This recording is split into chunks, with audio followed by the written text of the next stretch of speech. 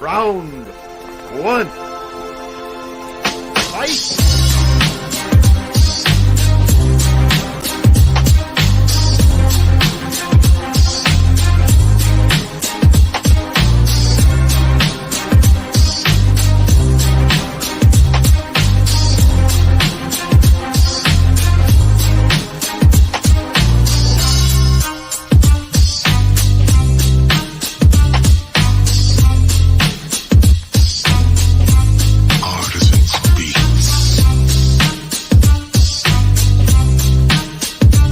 Piece of me? I don't want a piece of you. I want the whole thing.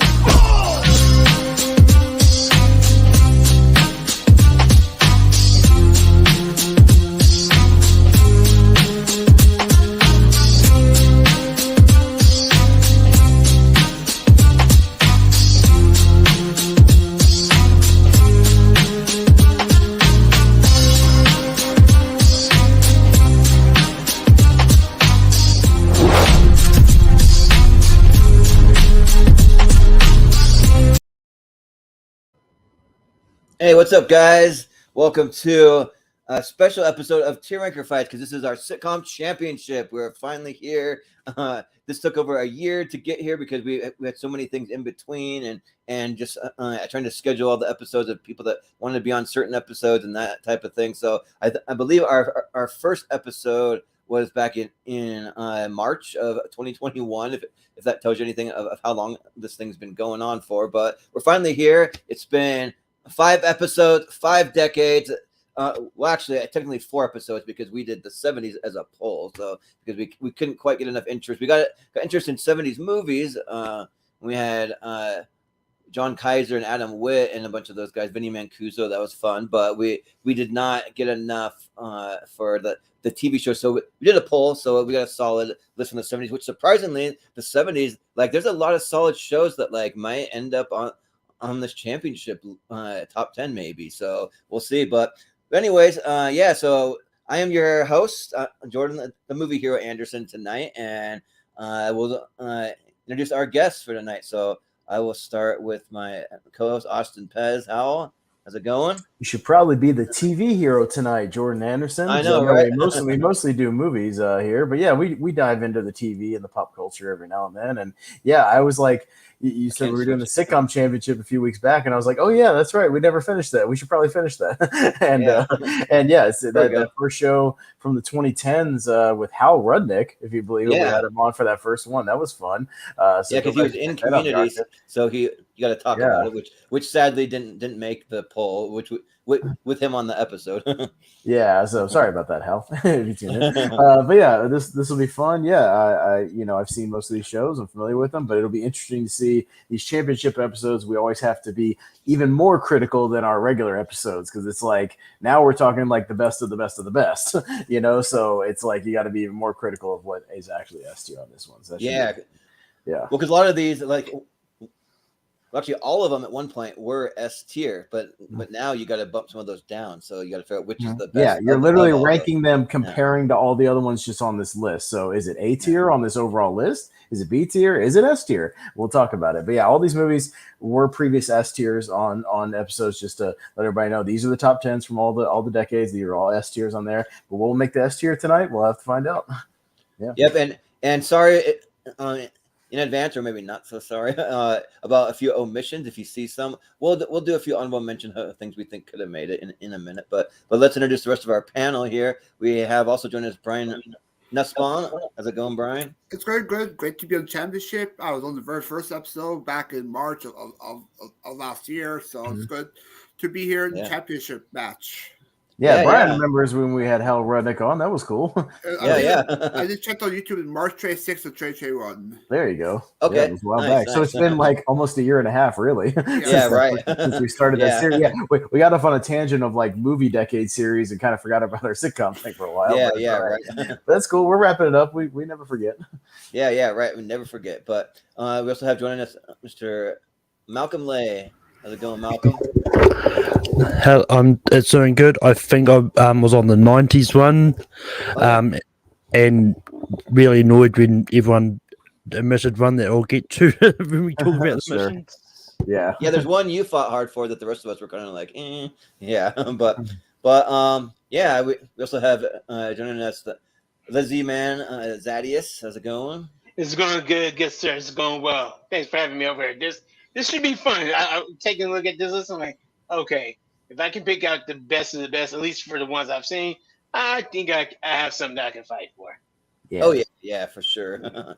Yep. And then last but certainly not least, we have Chase Waldapfell. How's it going? Hey. Good. How are you?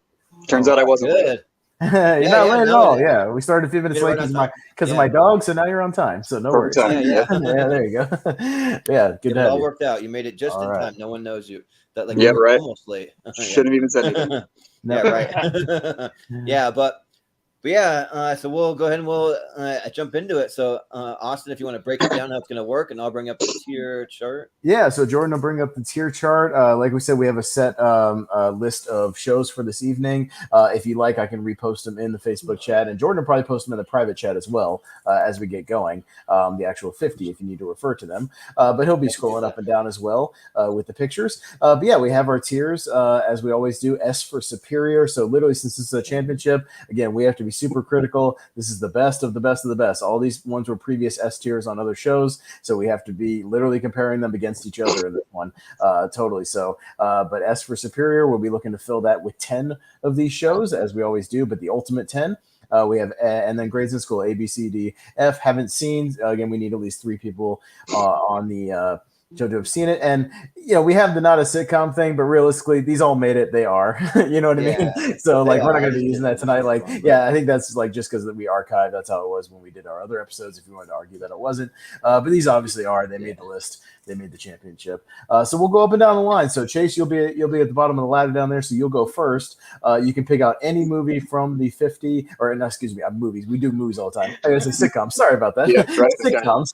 I'm so used to saying movies. But yes, sitcoms from the list here. And you can nominate it for any tier. If you want to shoot right for the top and say what you think is the best of the best, you go for it. And then we'll go around the horn and everybody will chime in with their rankings of said show. So show A, and everybody agrees. Zaddeus will get to vote. Everybody will get to vote on it, and we'll come to a consensus based on the votes. I'll keep track of everything, and we'll see what makes the best of the best. It should be fun. But we'll go around. We always go for roughly 2 hours or so. We'll have a Hail Mary round at the end to see if anything makes it literally at the last second. And then we'll wrap things up with some individual rankings of the S tier. That's kind of how it works. To be fair, at least one of these shows does have a movie attached to it as well. True. Yeah. It's true. Yeah. All right. So that's kind of how it works. It's pretty simple. We'll figure it out as we go along. It's very easy. But yeah, unless Jordan, you have anything else, we can jump right into this thing. I don't think so. I think that's I have a quick question. So, yeah, please. Yeah. Just to make sure, like, if let's say I nominate a show for like A tier, can people push it either down or up? They can push it up or down. Yeah, it's all a consensus. So if the whole thing is, let's say we get 2 for A, 2 for B, 2 for C, it jumps right in the middle of B tier. That's where it ends up. It's like an average. So we'll average out the scores. I got my little notepad, as Jordan knows. I keep track of all the votes because we need those at the end to kind of see, what came out on top. And we kind of come to a consensus and see where it lands. So yeah, that's how it goes. But yeah, we take everybody's vote into consideration for that. So, but you can nominate anywhere you want to start. If you want to shoot high, if you want to say that something's overrated that made this championship and you think it's like not as good and you want to shoot for it, you can do that too, whatever you like. Mm-hmm. All right. But that's how it works. So unless anybody else has any other thing, we'll go ahead and get this thing started. What do you say? Yeah. So we'll start at the bottom of the ladder. So Chase, you'll be first up. So if you have one you want to nominate, you can go for it. And you can nominate for any tier if you think it's bad or good or whatever. Mm-hmm. Okay. Not gonna lie, I wasn't prepared to go first, but let's see here. No, take a second. You need to look at the list. Yeah, go ahead. Yeah, no worries. Jordan can scroll up and down here. You can kind of take a little visual look if you like, if something catches your fancy. And I posted the full list in our group chat from Facebook. Yeah, we got the group chat from group chat. You can refer to that if you need to. And, all right. I mean, I do have one obvious one for the S, but I think I'm going to save it for later. But let's go with actually, I got another S one. Well, let's see. That's a tough one. Let's see here. We'll just go with my top one off the bat. Sure. The Office for S tier. Yeah. There you go. All right. Yeah, That's the main one I want. I know, That's the main one I want to talk about today. Anyways, so Yeah. Well, and I forgot to mention when you nominated about a minute or so. Tell us about what you like about it, whatever it is, and then everybody else will get a minute or so to chime in as well. So sorry, I forgot to mention that, but yeah, that's basically how it works. You get the idea. Okay. We'll go up and down. Or Yeah, less Chase, if you don't have or a full less if you minute, want. you can do But yeah, whatever. Chase, Office Rest here. What do you got that? yeah. So I don't know if you can see behind me here, but I've got a giant Office collection actually. But Oh, nice. mainly, That's cool. that's my favorite show of all time. Not even just sitcoms. Like, I mean, this is something I watch on a daily basis almost. I'm watching the super fan episodes on Peacock, even where it's adding like 5-10 minutes to each episode, which is great. Yeah. But yeah, I mean, it's just something that stuck with me. I started watching it when I was a teenager, and it's like I'm watching it through high school, college, and then even now. It's just, I mean, I don't know. I know you can argue that the later seasons aren't as good when Michael Scott leaves, but I still have fun with it in season 8 and 9. I think the cast is incredible. Like just the ensemble, like everybody's got something to bring to the table in it. And yeah, that's my case for it. All right. Yeah, sounds good. Z-Man, what do you think of Office? Yeah. Well, I'm glad to say that. Well, I'm not glad to say, but I'm glad to be the first one to be on this list that has actually not seen the show. Yes. Wow, man. Yeah, Wow. I know everybody that's watching the show is like, everyone's what? seen it. Yeah. How has he not seen the show? I'll tell you this. I started watching like the first 3 episodes, got bored, and went away, and never came back. I've been meaning to come back, but I just haven't came back yet. So I'm going to stay for this for now, but eventually I think I'll get back to it. Okay. Yeah. Well, those first few episodes, I think they're really trying to find their footing. Like, I mean, they're good if you're a huge Office fan, but you can kind of see that they're just trying to get their footing, trying to transition from the British Office to the American one, So I think you can realistically jump in with a second season on The Office, and you're perfectly fine. You can jump right in. You'll appreciate the first season more once you see the other seasons too. Yeah. I might just do that. That I haven't heard before, but that might be the best strategy going for it. Start with 2 and then go back to 1. Yeah. Mm-hmm. Or if you see the British Office too, that can help you appreciate season 1 too. There's a lot of the same stuff in those first couple episodes. Yeah. But Malcolm, what do you think of The Office? Well, I believe the first few episodes, like Ricky Gervais and Stephen Merchant had a heavy hand in that first season as well. Yeah. So I was listening to the Office I've started listening to the Office Ladies podcast, and they were talking about how they had a hand in this and how they encouraged them to try and find their own path and make it their own as it goes on, and all that. But that being said, The Office is an easy S tier. Like, I'd finally got around to seeing it for the first time this year, and it's a lot of fun. It's really good. And just like a lot of shows here, the first season is always going to be harder to get through, but once you get past that, then it just flows easily. Yeah, for sure. Brian, what do you think? Well, I mean, I can guess by his tagline what he's going to say. That's what she said. For me, it's easiest for me. I love the series, love the characters, I love the guest stars. You got Derek Hector for some episodes. Even though half of season 7 and all not that great, but the other seasons are great. Even the season finale had Jim Carrey appear, Ray Romano, so many great guest stars, 1 episode. It's easiest for me. Okay, yeah, sounds good. Austin. Yeah, well, I'm not a super fan like some people. I've watched the entire series through 2 or 3 times. I do watch it a lot. I watch it anytime I'm in a hotel and it's on Comedy Central or whatever, just coming on. It's an easy watch. And yeah, I mean, you could, the last 2 seasons, I think they're still good. But man, you have like those 5 or 6 seasons right there in the middle where it's just some of the most top quality sitcom television out there, and everything's so rewatchable, and you pick up just little things as you go back and rewatch it, and it's just so fun. The chemistry is there, all the casting is spot on. There's something just fun in each one. So yeah, this was on my list. This is the easy S tier for The Office. Yeah, I think it should be right up at the top.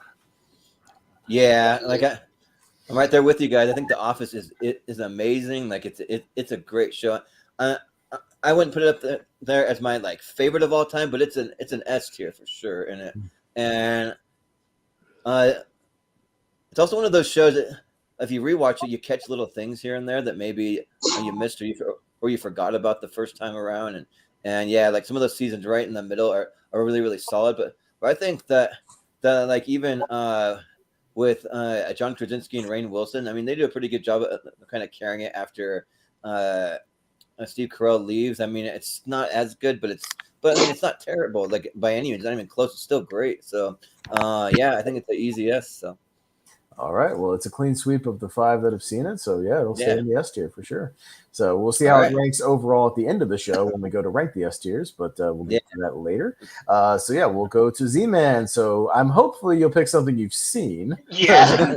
Okay. Right. Gotcha. I think I got to go for I was going to hopefully say this one for later, or maybe somebody else would shoot it. But you know what? Shoot the shot now. I'm going to nominate Fresh Prince of Bel-Air for S tier, and it's mainly because it's one of those shows. Again, I feel like I can get some momentum behind it now after the Office debacle for me, but also it's one of those shows that I just love. And while I think I can honestly say I've seen every episode, and maybe not lately, but it's literally one of those shows that when an episode comes on, if there's nothing else to do, I can easily watch it and sit there and enjoy it. And I just think this was one of those shows, besides another show that I would like to bring up later in this list. It showed like a black family doing well for themselves in the 90s, and then kind of have a fish out of water story at the same time with Will coming over to live with his uncle and aunt, and they both taught each other different things. I just thought it was a great show, portrayed black people in a great light, and just so many lessons for not just black people, but for everybody. So I love the Fresh Prince. So. All right. Yeah, there you go. Yeah. Z-Man. Absolutely. Malcolm, what do you think of Fresh Prince? Yeah, I think Fresh Prince of Bel-Air really slaps. Really slaps. But yeah, I mean, it's just a really good show, and this is arguably one of the best shows of the 90s. The actual best show of the 90s isn't here. Boy Meets World should be here. Yes, it should be here. Justice for Boy Meets World. Nah, I'm good. For my Boy Meets World shirt. That's what I should. But yeah, I love Fresh Prince of Bel-Air, and it's an easy yes for me. Okay. Yeah. All right, Brad, what do you think of Fresh Prince? For me, Fresh Prince is easy yes. The theme song is one of the only themes that tell you the whole premise of the series. And I love how the issue they tackle, like race, like different things that happens in the series. It has great comedy, great chemistry, and I even quite enjoyed the reboot that did it this year. So for the series, I'm gonna yes, an S. Yeah, I still want to check out that Bel-Air show that they made it into like more of like a drama, but there's so much TV to watch. It's like I can't keep up. But Austin. Yeah, no, this is another one. Yeah, it's on our list. I believe Z-Man. I believe it came in number 1 in our 90s decade show. I think Fresh Prince ended up being number 1. It was a clean sweep on that show. I have a feeling it'll be a clean sweep on this one.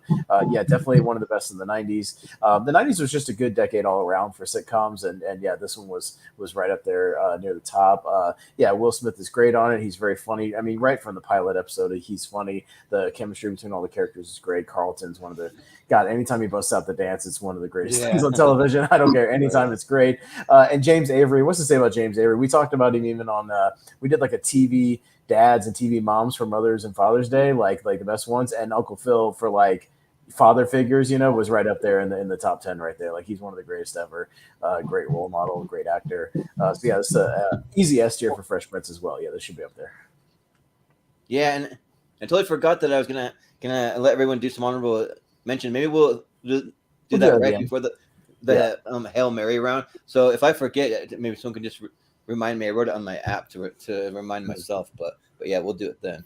But yeah, as far as the Fresh Prince goes, I think that it's awesome. Like it's got to be one of the greatest sitcoms like ever made. Like it's so good and it's funny. It has great music in it and like I actually learned about a lot of old school rappers from like just Will and Jazzy Jeff just talking about concerts or like things that they're listening to, and then it's a great family dynamic and I kind of like Zaddeus said, like a black family doing really well, and especially in the 90s. That was pretty cool to see, and yeah, there's just great characters all around, and yeah, like I think they do a great job of giving every character great moments, and yeah, I mean, especially my favorite thing is probably the chemistry between both Will and Jazzy as the best friend, but then also Will and Phil as the father figure.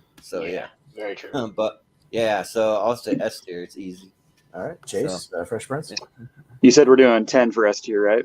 10 total, yes. Okay. We're fighting up for 10, yes. Okay. Yeah, I'd say it definitely would make the 10 then. Looking at the list here, that's definitely one of my favorite ones of the 90s. I enjoyed watching that on Nick at Night or whatever when it was on there. I don't know if it's still on there, but yeah, that was always a fun one just to watch a couple episodes here and there. And I think over the years, I think I saw just about everything. So yeah, I think it belongs where we've got it. Yeah. All right, S tier for Sounds Fresh good. Prince, another clean sweep. So stay ready. Yeah. All right, All right. we'll move on to Mr. Malcolm, and I'm sorry Friends is not available for nomination. I apologize. Yeah, sorry. But you'll have to pick something else. Yeah.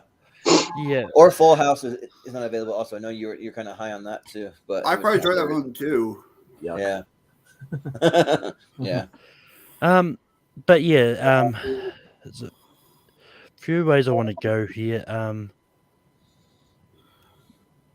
No, what? I'm going to bring this one up because those that follow me on Facebook know exactly what I'm about to say.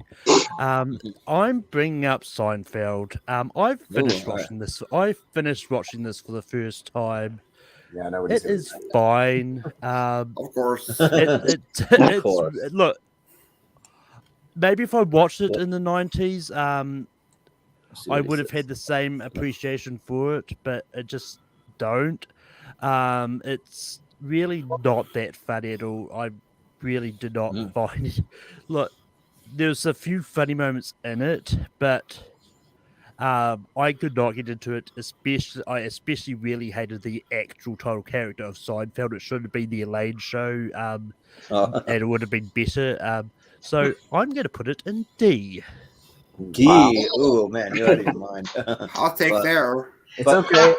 It can make it up there if everybody outvotes him. I'll say that. We've had it before. Yeah, that's why we unlike having you on here, you got those hot takes. So yeah, but Brian, Brian, what do you think for Seinfeld? Yeah, D's a weird place to put. I'll probably put an A tier for me. I just started watching the series this year for the first time. Even though the first 2 seasons are my favorite, but 3, 4, 5 are one of the greatest seasons for me. I love the side characters, Newman, quite enjoy the parents, R.I.P. Jerry Stiller and Son Harris, and even love the whole thing of a Festivus for the rest of us. Mm-hmm. Yeah, yep, classic moment. So. But Austin, what do you think? I didn't watch it in the 90s, Malcolm. I watched it in syndication in the 2000s. So I didn't have to watch it in the 90s to love Seinfeld. That's how a lot of people caught it. I think it was in reruns. No, this is my favorite show of all time, period. It's S tier. This is top of S tier for me. Above The Office, above Fresh Prince, above Parks and Rec. Above them all. I have rewatched the show more than anything else. I can enjoy just about any episode and any given moment and have a lot of fun with it. I think the chemistry between these characters is tremendous. They all have their little quirks and everything that are just so much fun. So many little moments, the best awkward situations ever in television history. And I love all the way the episodes wrap up and kind of tie in with one another at the end. Seinfeld is like number 1 for me. So no, it's S tier, like strong S tier. Yeah. Yeah, for me too. Like it's a strong S tier, like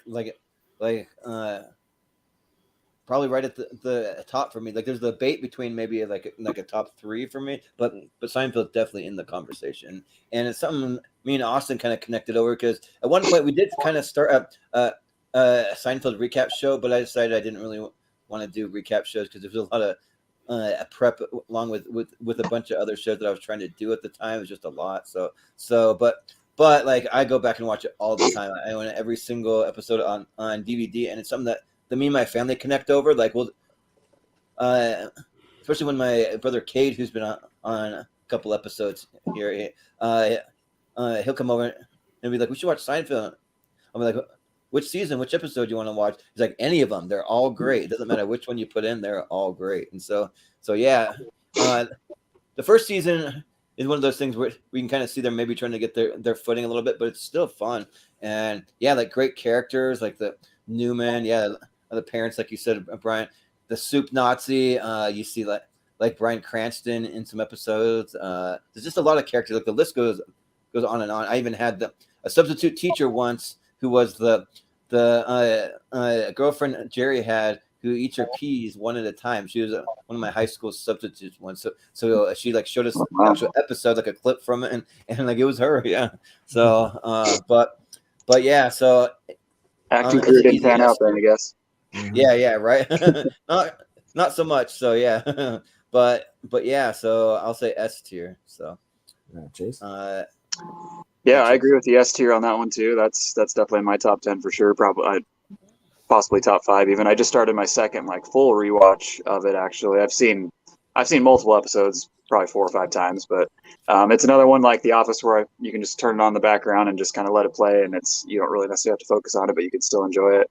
But yeah, I go with S tier. Yeah. It's up to you, Z-Man. Come on, Z-Man. Well, sorry, Malcolm. That's all I got to say. But I actually have never watched a full episode of Seinfeld before. Oh, come on. Unlike The Office, like there's been moments I've seen the show before, and like it's been on TV, but I've just never been interested in it, and I will always like change the channel or find something else to watch. So yeah, I can't. I had to abstain for this one. Yeah. I can't have your bet, Malcolm.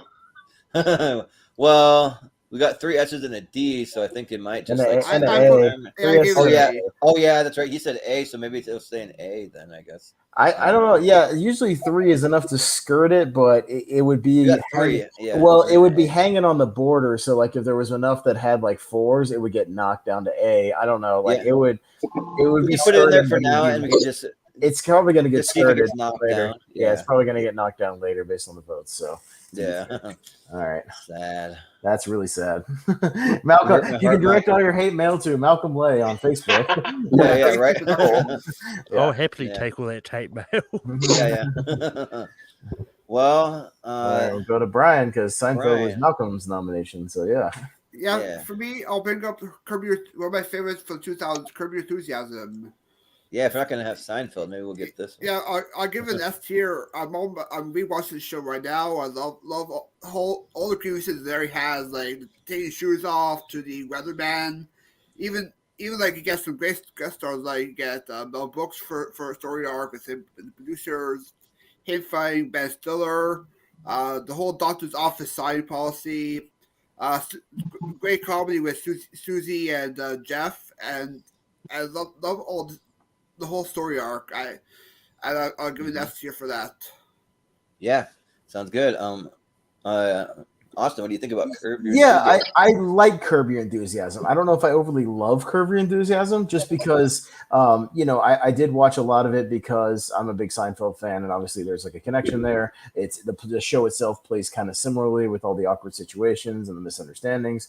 The one thing I feel it lacks is it's all Larry David all the time, and I feel like there's a lack of like what Seinfeld has. It has those 4 main characters that all have different personalities, and sometimes it's a little too much. It's a little too much Larry, too much. Like for a full 25 minutes, it's his neuroticism and just him dealing with the situations. And if it had like him and somebody else or a couple other people, I know there's other main characters, but like it's mostly just him in pretty much every scene.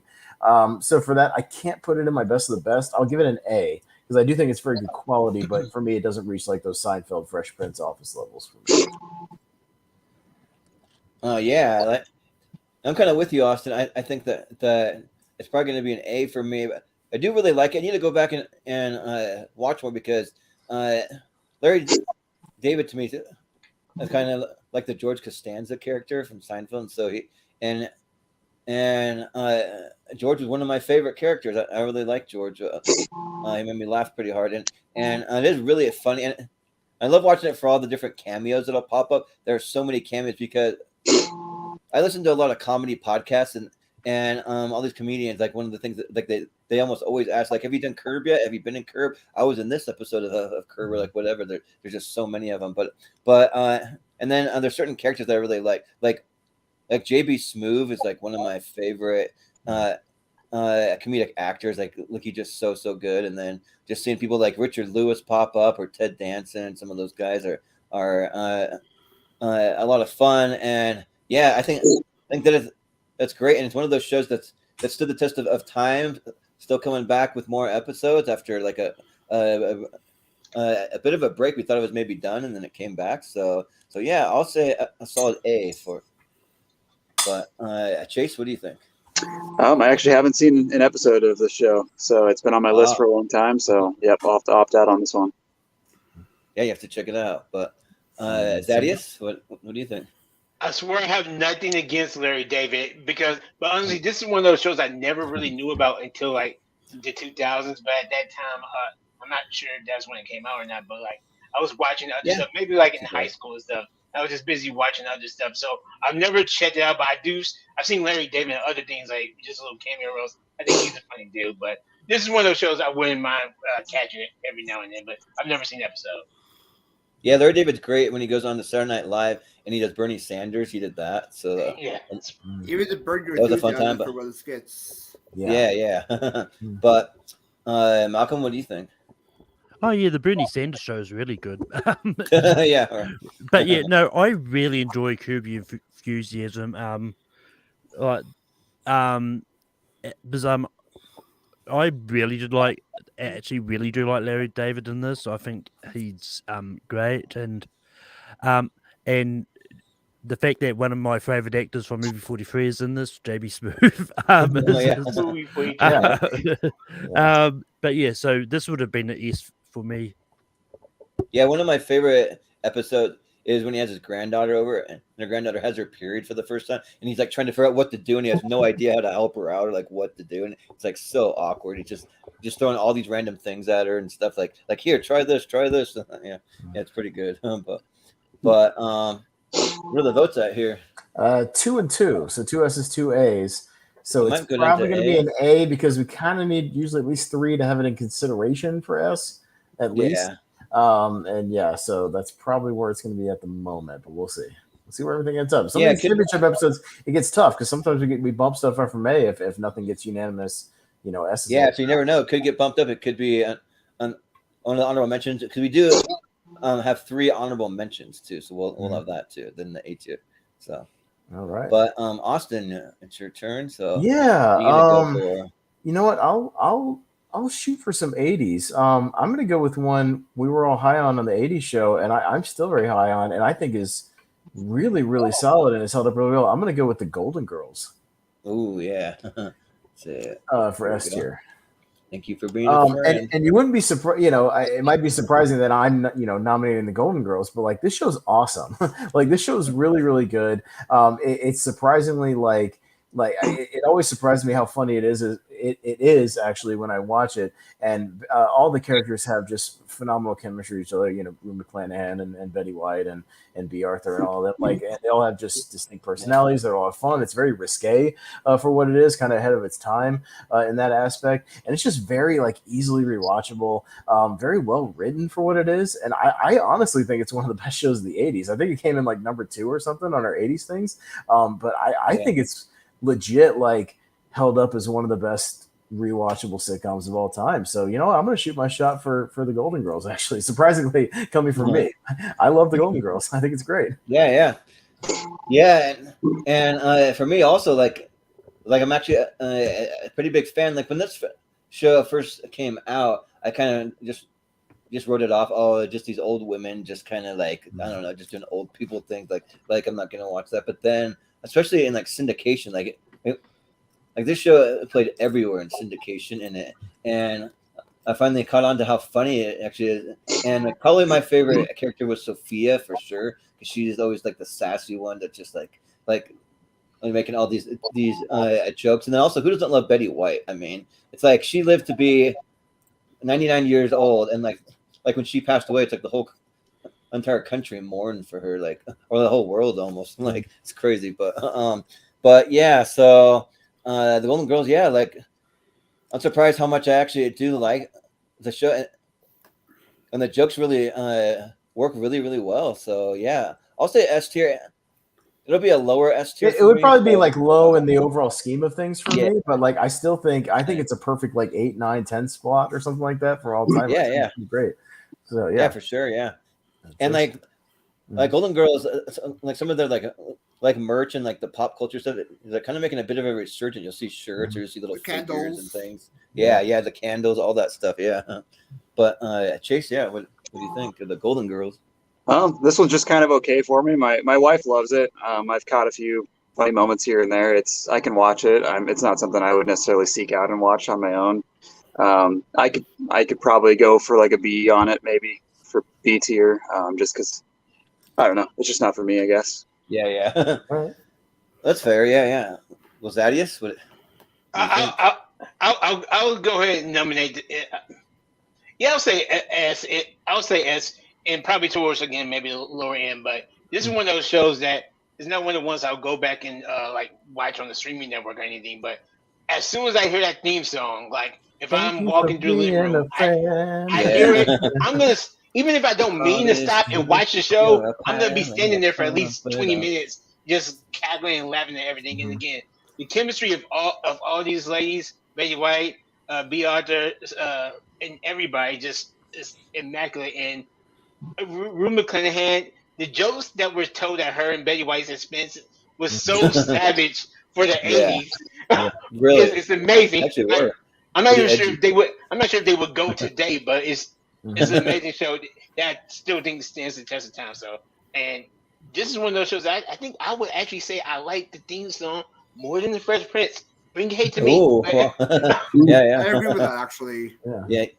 Yeah, and like speaking of the theme song too, that might be something that we might do for like an exclusive Patreon episode, maybe best TV theme songs, because we can actually play it on the Patreon and not get any. We can like play and like dance along to it on the show and not get copyrighted. Yeah. Yeah. A little fun. That's a good idea. Yeah, but Malcolm, what do you think? Yeah, I haven't got around to watching the Golden Girls. This is one I've been meaning to check out. I've like heard bits and pieces of it because my mum is currently rewatching it at the moment. But it's on Disney Plus for me, so I'll probably check it out eventually. Yeah, that's fair. Brian, what do you think? Yeah, I will give it a low S as well. It's great sitcom. Betty White, it's like one of my favorite parts of the show. Even technically, one of the cast members on Boy Meets World, Rue McClanahan played his grandmother. And also they do like these cruises now for the Golden Girls, like Golden Girls cruises, where they also have cheesecake part of it. So I'll give it a low S for me. Okay. Yeah, well, even with that, like it might even go above Seinfeld. It's 4 S's and a B. It's above Seinfeld right now. Yeah, so it'll hang in there in S tier. So we'll see where it ends up overall. But Jordan, we're on you. I kind of feel like I know where you're going, which is why I left it for you. But we'll see. Well, I might save one, the obvious one maybe for a little bit, but if you know me, there's another one that I'm a huge fan of. So I'm actually going to go with The Simpsons. So I'm a diehard Simpson fan. I've seen damn near almost every episode. I mean, I haven't been keeping up with the most current stuff, which like that's something that I kind of like. I like to let a couple of seasons pass, and then I can have like a weekend to just binge The Simpsons all week long, and that makes for a great weekend because like people I think are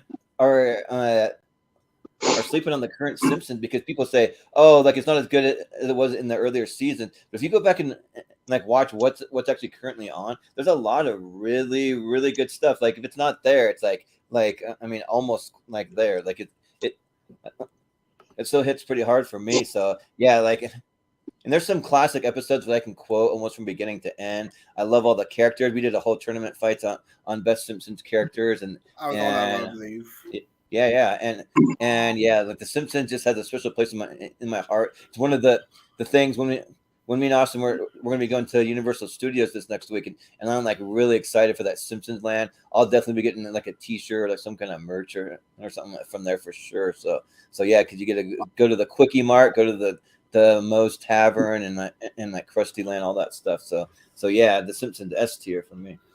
So Chase, what do you think?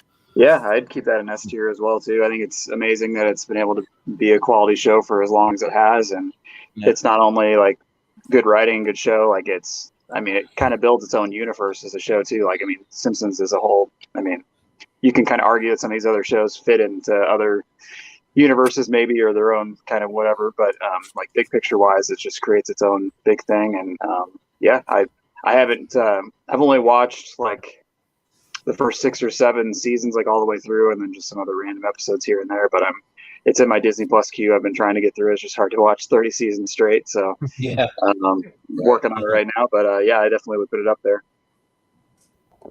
And The Simpsons kind of they predict the future a little bit. They predicted that like Disney buying Fox, or like that Donald Trump is going to become president, or like when you have that many episodes, it's not too hard. Yeah. So when you have that many episodes, it's like eventually you're going to get a few things right. So yeah, but Zaddeus, what do you think of The Simpsons? Love the show. I would say I'll bump it down to the A, only because the longevity of it is clear as, and quality wise, I believe quality wise while I was watching it was great. It's the A reason. The reason I would bump it to A is because it lost me for a good like 10 years. Like where I wouldn't be, where it wasn't one of those shows I had to watch like every Sunday night or something. It would just be one of those shows I would watch if I didn't have anything else to watch, or here and there. But it wasn't one of those need to watch basis. So now after hearing your argument earlier, though, that the new seasons is actually having a lot more quality, that actually makes me decide to go look for it. Maybe I can go back and rewatch some of the old episodes of Disney Plus. So I'll just say A for now. But it's not one of those ones that I would hate if it's an S though. So.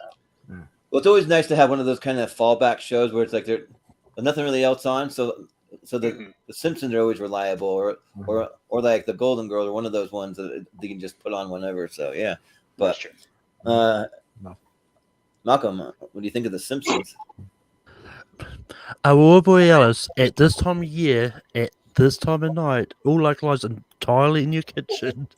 It's probably one of my favorite shows. But The Simpsons is definitely an S tier. Like, even though like the later seasons aren't as good, they're still entertaining to watch. And I believe on October the 5th, season 33 is dropping onto Disney Plus in preparation for the new season that starts next week, I think.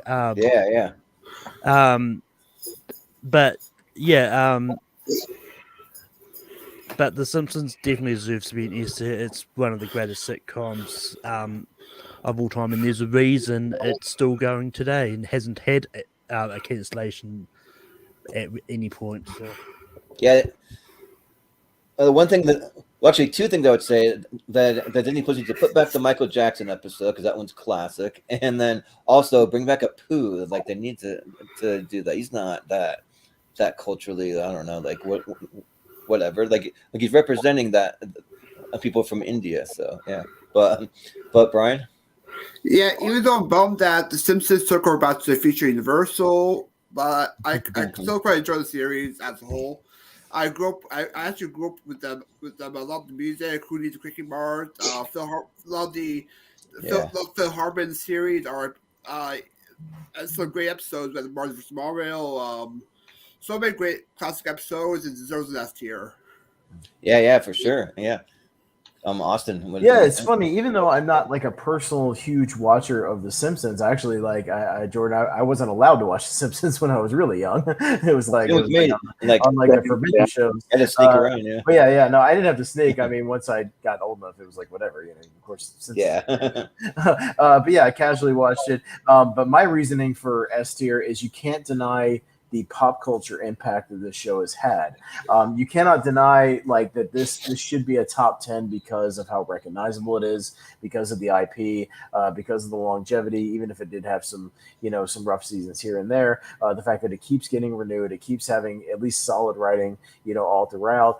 Like Jordan said, we're literally going to Universal Studios where there's a Krusty Land. I mean, you don't see like Seinfeld world. You know what I mean? Yeah, right. Simpsons Land. That's New York. Yeah, and the fact that an animated show just in general has lasted that long and is that recognizable. Even people who have never seen The Simpsons, they know who The Simpsons are. You can name all the characters.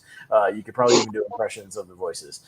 So for me, if it's had that kind of impact on pop culture and society, I think I'll still go S tier, even though I don't watch it a ton. But I can fully recognize that. Yeah, and I would say that It's one of the only few TV shows on this list that has a movie based on it, and I think during the movie was the main time that the quality kind of dropped for the episode because they had all their top tier writers working on the movie, so they kind of have their B team going. So yeah, but it's unanimous. So I think it's going to be right up here. It's 5 S's and an A, right? so we did a 1 Yeah, A. It was an A. Okay, A. So yeah, a little behind so Fresh Prince in Office, but it's still up there. Yeah. So we'll still Okay. S tier.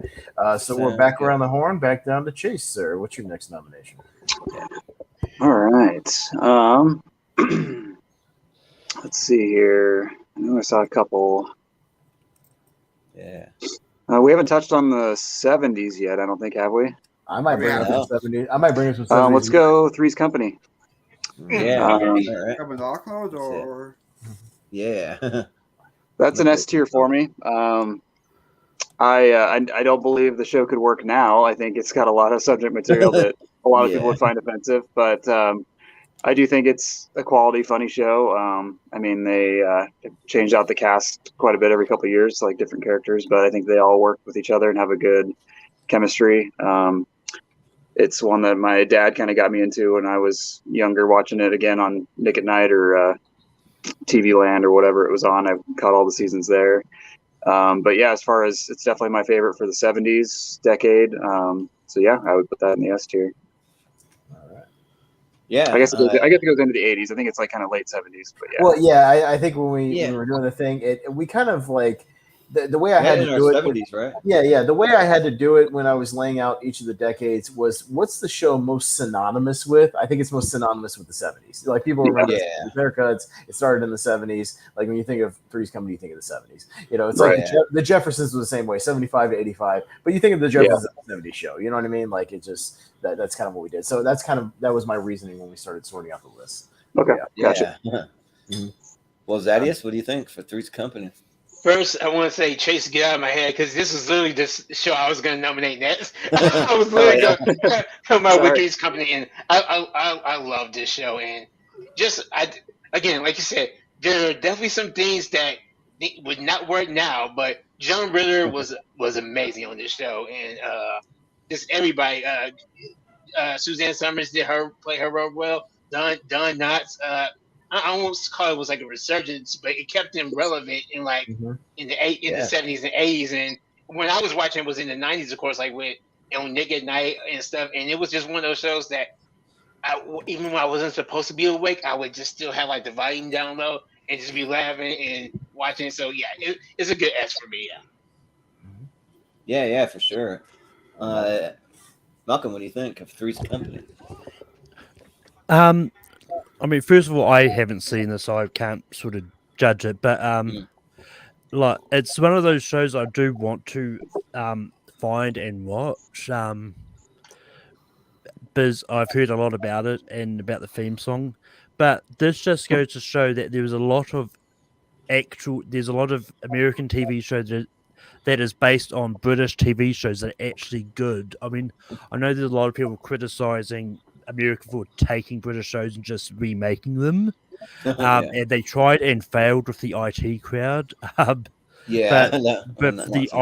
both The Office and Three's Company, it showed that they can be done good because both of those are longer running seasons.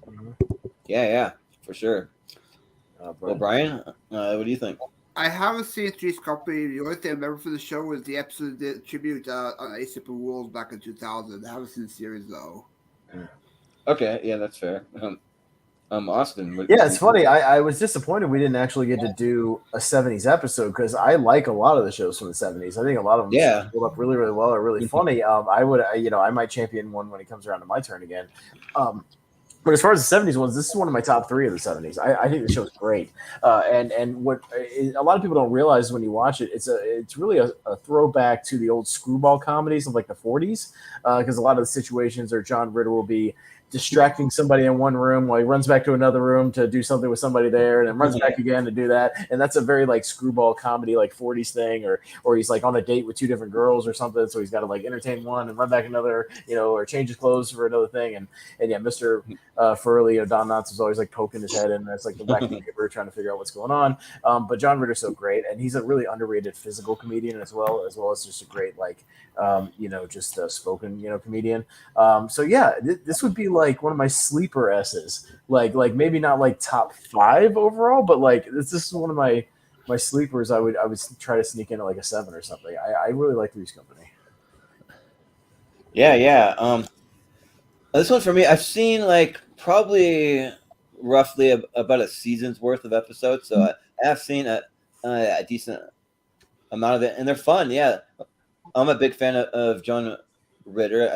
I think he was the heart and soul of this show, and just having Suzanne Summers in there, and then you got Janet Wood in there, and then Don Knotts showing up as like the like kind of wacky neighbor was fun too. So yeah, I don't know if I would quite go S tier because like I don't know if it's like I would say that's one of my favorites of all time or greatest, but I would give it a solid A. I think that it belongs in the A tier. So yeah. On a quick side note, I actually had to Google this because I had to try and find it again. But they did. Susan Summers did have an idea for a Three's Company reboot after John Ritter had passed away, but involving John Ritter's actual son, Jason. And they would have John Ritter pop up as a hologram for whatever reason. Really? In the show. But his son, Jason, didn't want anything to do anything reminiscent of what his father did.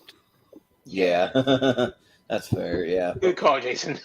Yeah. They did do that episode of 8 Simple Rules where they kind of spoofed it when he was still alive. That's what Brian was talking about. Yeah, they kind of. That was pretty good. Yeah. Oh yeah. I give you that's different. He was still alive and could actually have fun with it. Oh, right. Right. I'm glad they did that. Mm-hmm. Well, what are the votes here? 3 S's and an A. So kind of where it's at. Again, it's on the border. So we'll see if anything overtakes. Kind of right there with Seinfeld. They're both kind of they're both kind of on the border right now on the cutting room floor. We'll see. But Seinfeld did have a D, so it might go above Seinfeld, honestly. Mm-hmm. So just right there. So, but all right. But so to Z-Man, what do you got next? Mm-hmm. This is one of those shows. One of the shows that I enjoyed a lot as a kid, growing up, watching, growing up, and because it was pretty much, it was being released in new episodes and when I was really young, but then of course seeing it more when I was actually knowing what was going on, and she wasn't my first crush because that always goes to Kimberly. Amy Jo Johnson, love you. But Winnie Cooper is like kind of close right there. So I'm gonna say the Wonder Years. That would nominate for A. I would nominate for A tier from the Wonder Years. So love the show. Yeah. A tier for sure. Sounds good. Malcolm, what do you think? I haven't seen the Wonder Years. Okay. Well, if you're a fan of Boy Meets World, you'll like the Wonder Years because it's I agree. Ben Savich's brother, yeah. But Brian? Yeah, I agree with Malcolm. I haven't seen it either. All right. Well, Austin, what do you think? I've seen like a season, and while I enjoy the charm of it and the 80s of it, I wouldn't say it's one of my all-time favorites. I think even on the actual episode we did where the Wonder Years was a part of it, I was still like in like B territory. I think I got outvoted on that show, so it made the top 10. But yeah, I'm kind of gonna roll the same thing for the show. I'm gonna go B tier. I think it's good, but it doesn't make me like laugh a lot. Like for a sitcom to really be in this top 10 right here, it's gotta make me laugh like a lot. Yeah, I'm gonna go B for Wonder Years. Yeah, this was probably more drama at times with the show. Yeah, a little more like coming of age, like figuring life lessons out, things like that. Yeah. So yeah, that makes sense. Well, I almost want to say S tier just because justice for Boy Meets World, because I think Boy Meets World should be on here for sure. But I do think too that like for any TV show that I've seen that's not set in the 70s, but they're trying to predict it, or that's not like aired in the 70s, but it's set in the 70s. I think that it's one of the like the best depictions of the 70s too. They do a really great job, and there is some comedy to be had, like especially with his best friend Paul. There's some stuff there. There's an episode that really makes me laugh, where they're all in the choir and they're like trying to sing in the choir, and they keep doing going to shots of them singing horribly. They're just like terrible, but they're just going full bore and just singing really loud, and then like him trying to play basketball too is always a fun time with the little short shorts that they have. And then there's some comedy with his older brother Wayne too. But the thing is though, like I don't know if it's quite totally a sitcom. Like we included it just because like it does have some comedic elements, but like it's probably less of a sitcom. But I do love this show. This is one of my favorite shows ever made. This show is an amazing show. Like I go back and watch episodes all the time. It's just one of those shows that just make you feel really good and really inspired by the end. You always have some really good feel good moments, but like not in a cheesy way, not like a Full House where they get really cheesy at the end. Like it's actually good, like a good lessons to learn, good, like I don't know, just like family and friends dynamic of the coming of age stuff. But yeah, just because I don't know if I consider it like a flat out sitcom, but I'll also say there's comedic elements. I'll say A. So, but Chase. I haven't, like the other guys. I mean, I haven't seen a whole lot of it. I've seen very little. I mean, what I have seen was just again okay. I think I would probably agree with Austin. Put it in B. I don't really have a lot to say on it because I've only seen a couple episodes here and there. But I think B for me. A lot of people that maybe haven't seen it as much because for years and years, like you couldn't find it anywhere because I know they had issues with the music rights and stuff, and so before streaming, you can really watch it anywhere, and they didn't have it on DVD for years. So, but yeah. So what are the votes? 2 A's and 2 B's. So kind of right where it's at. We'll give a little leeway to Z-Man, for the A tier, and where it's at. Sure. That sounds good. All right, so we'll go to Mr. Malcolm. Yeah. What?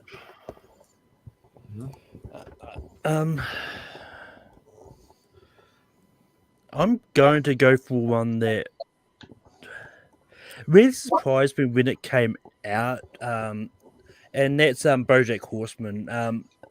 This is one that it's, I believe it was a Netflix original series. I don't know if it's aired anywhere else, but I mean, this was one of those shows I came in a little bit late on it, but it's one I've heard so much about because everyone's going, "Oh, this talking horse guy is a funny thing." No, this was a really entertaining thing. It kind of is a way to parody Hollywood without sort of using their real names per se. Like they've changed. There's a Crow which was named Cameron Crowe, and stuff like that. And I think they did a pun on John Turtletub as well by having him as an actual turtle. But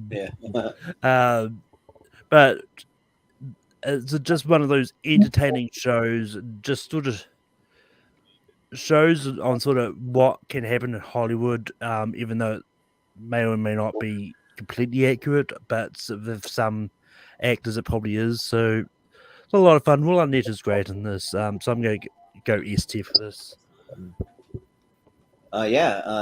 Brian, what do you think for BoJack Horseman? Yeah, I quite enjoy the show a lot. For the championship, I wouldn't put it S tier. I'll probably put it B tier for now. See how it goes, and yes, I'll put it there. Yeah, sounds fair. Austin, I'll say the same thing I said when the original episode when BoJack Horseman got brought up. I haven't seen a single episode. Okay. Yeah, that's fair. Yeah, I mean, I haven't seen much. I've probably seen like 4 episodes, so I mean, I've seen enough to comment on it and give it a ranking because I'm a big Aaron Paul fan. So anything Aaron Paul's in, like he plays the like human character in it, and he's good in it, and Will Arnett's great in it. Like it is pretty funny, and one of those that like like it's not really that I didn't like it, that I didn't go back to it. I just kind of got busy with some other things and just like forgot to go back to it. So so I think from what I saw, it was pretty good. Like, I'm not gonna say amazing or anything. I am kind of along the lines with Brian. I'll say B tier, I think, for BoJack. But yeah, Chase. Haven't seen it. Okay, yeah, that's fair. Zaddeus? I'm with Austin and Chase. Like, I've never seen this show either. I spent too much time watching reruns of the Vampire Diaries on Netflix. yeah. Hey, to be fair, there's a lot of shows. A lot of shows. There's a lot, yeah. A lot. Yeah. I can barely keep up with movies, much less all these damn TV shows. Yeah, right. If only Vampire Diaries was a sitcom. Yeah. We'll go to S and 2B, so like A maybe. Yeah, mid A, somewhere around there. It'll still hang up on the chart. Yeah. So. Yeah. All right. Going to Brian. What do you got next, sir? I'm going to see how this goes. I'll bring up Robot Chicken. I'll bring it. I'll see. I'll do it for the A tier. This is a great. Right there. It should be. Yep. It's a great sketch comedy using stop motion. Like, some of the episodes are great with. You got the 8-Ball parody with Looney Tunes. Sometimes with the Teen Titans, would be a Spyhead for one of the skits. Even like the nerd and his adventures, like in Tron Universe and him in the whole CW ask like Arrowverse, and yeah, I'll see how it goes for A tier. Yeah, sounds good. Austin.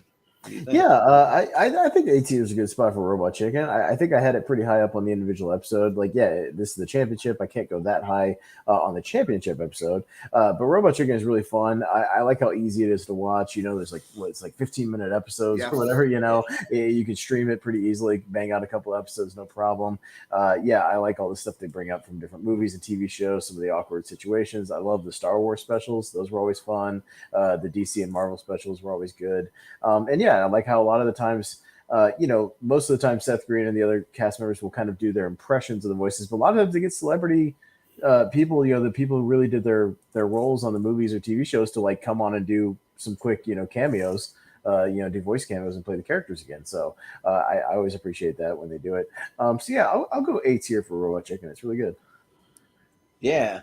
I think Robot Chicken's great. Yeah. It's one of those shows. Like, I have a couple of shows that like, if I just need, like, if I'm feeling down, or even if I just feel like I need like a good boost of just something just funny, because my sense of humor is really random. Like, the more random, like, the funnier I think things are. So like, Robot Chicken's like definitely that, and like they're just flipping through all these channels of just this like randomness, and like they'll have a lot of shocking stuff too. They'll just like do something random, like someone's head gets ripped off, and then they just switch to the next channel, and you're like, what did I just witness there? Or like something crazy, and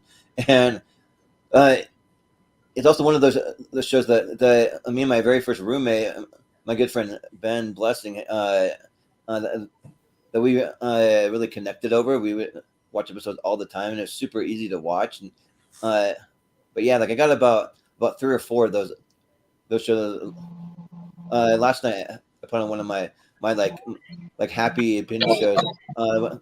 Is The World According to Jeff Goldblum over on Disney Plus. That's one of those kind of happy, just kind of lifts your spirits and all that stuff. So yeah, but I mean, I don't know if I would say that it belongs up there, like in the pantheon, like the greatest shows, like The Office and Fresh Prince and Simpsons, some of those. But I'll say A tier though. Yeah, for sure. So. Yeah, Chase, what do you think? So I've seen like the Star Wars episodes and then a couple other random ones here and there. So I'm not like a huge fan, but I did get a kick out of those ones that I watched.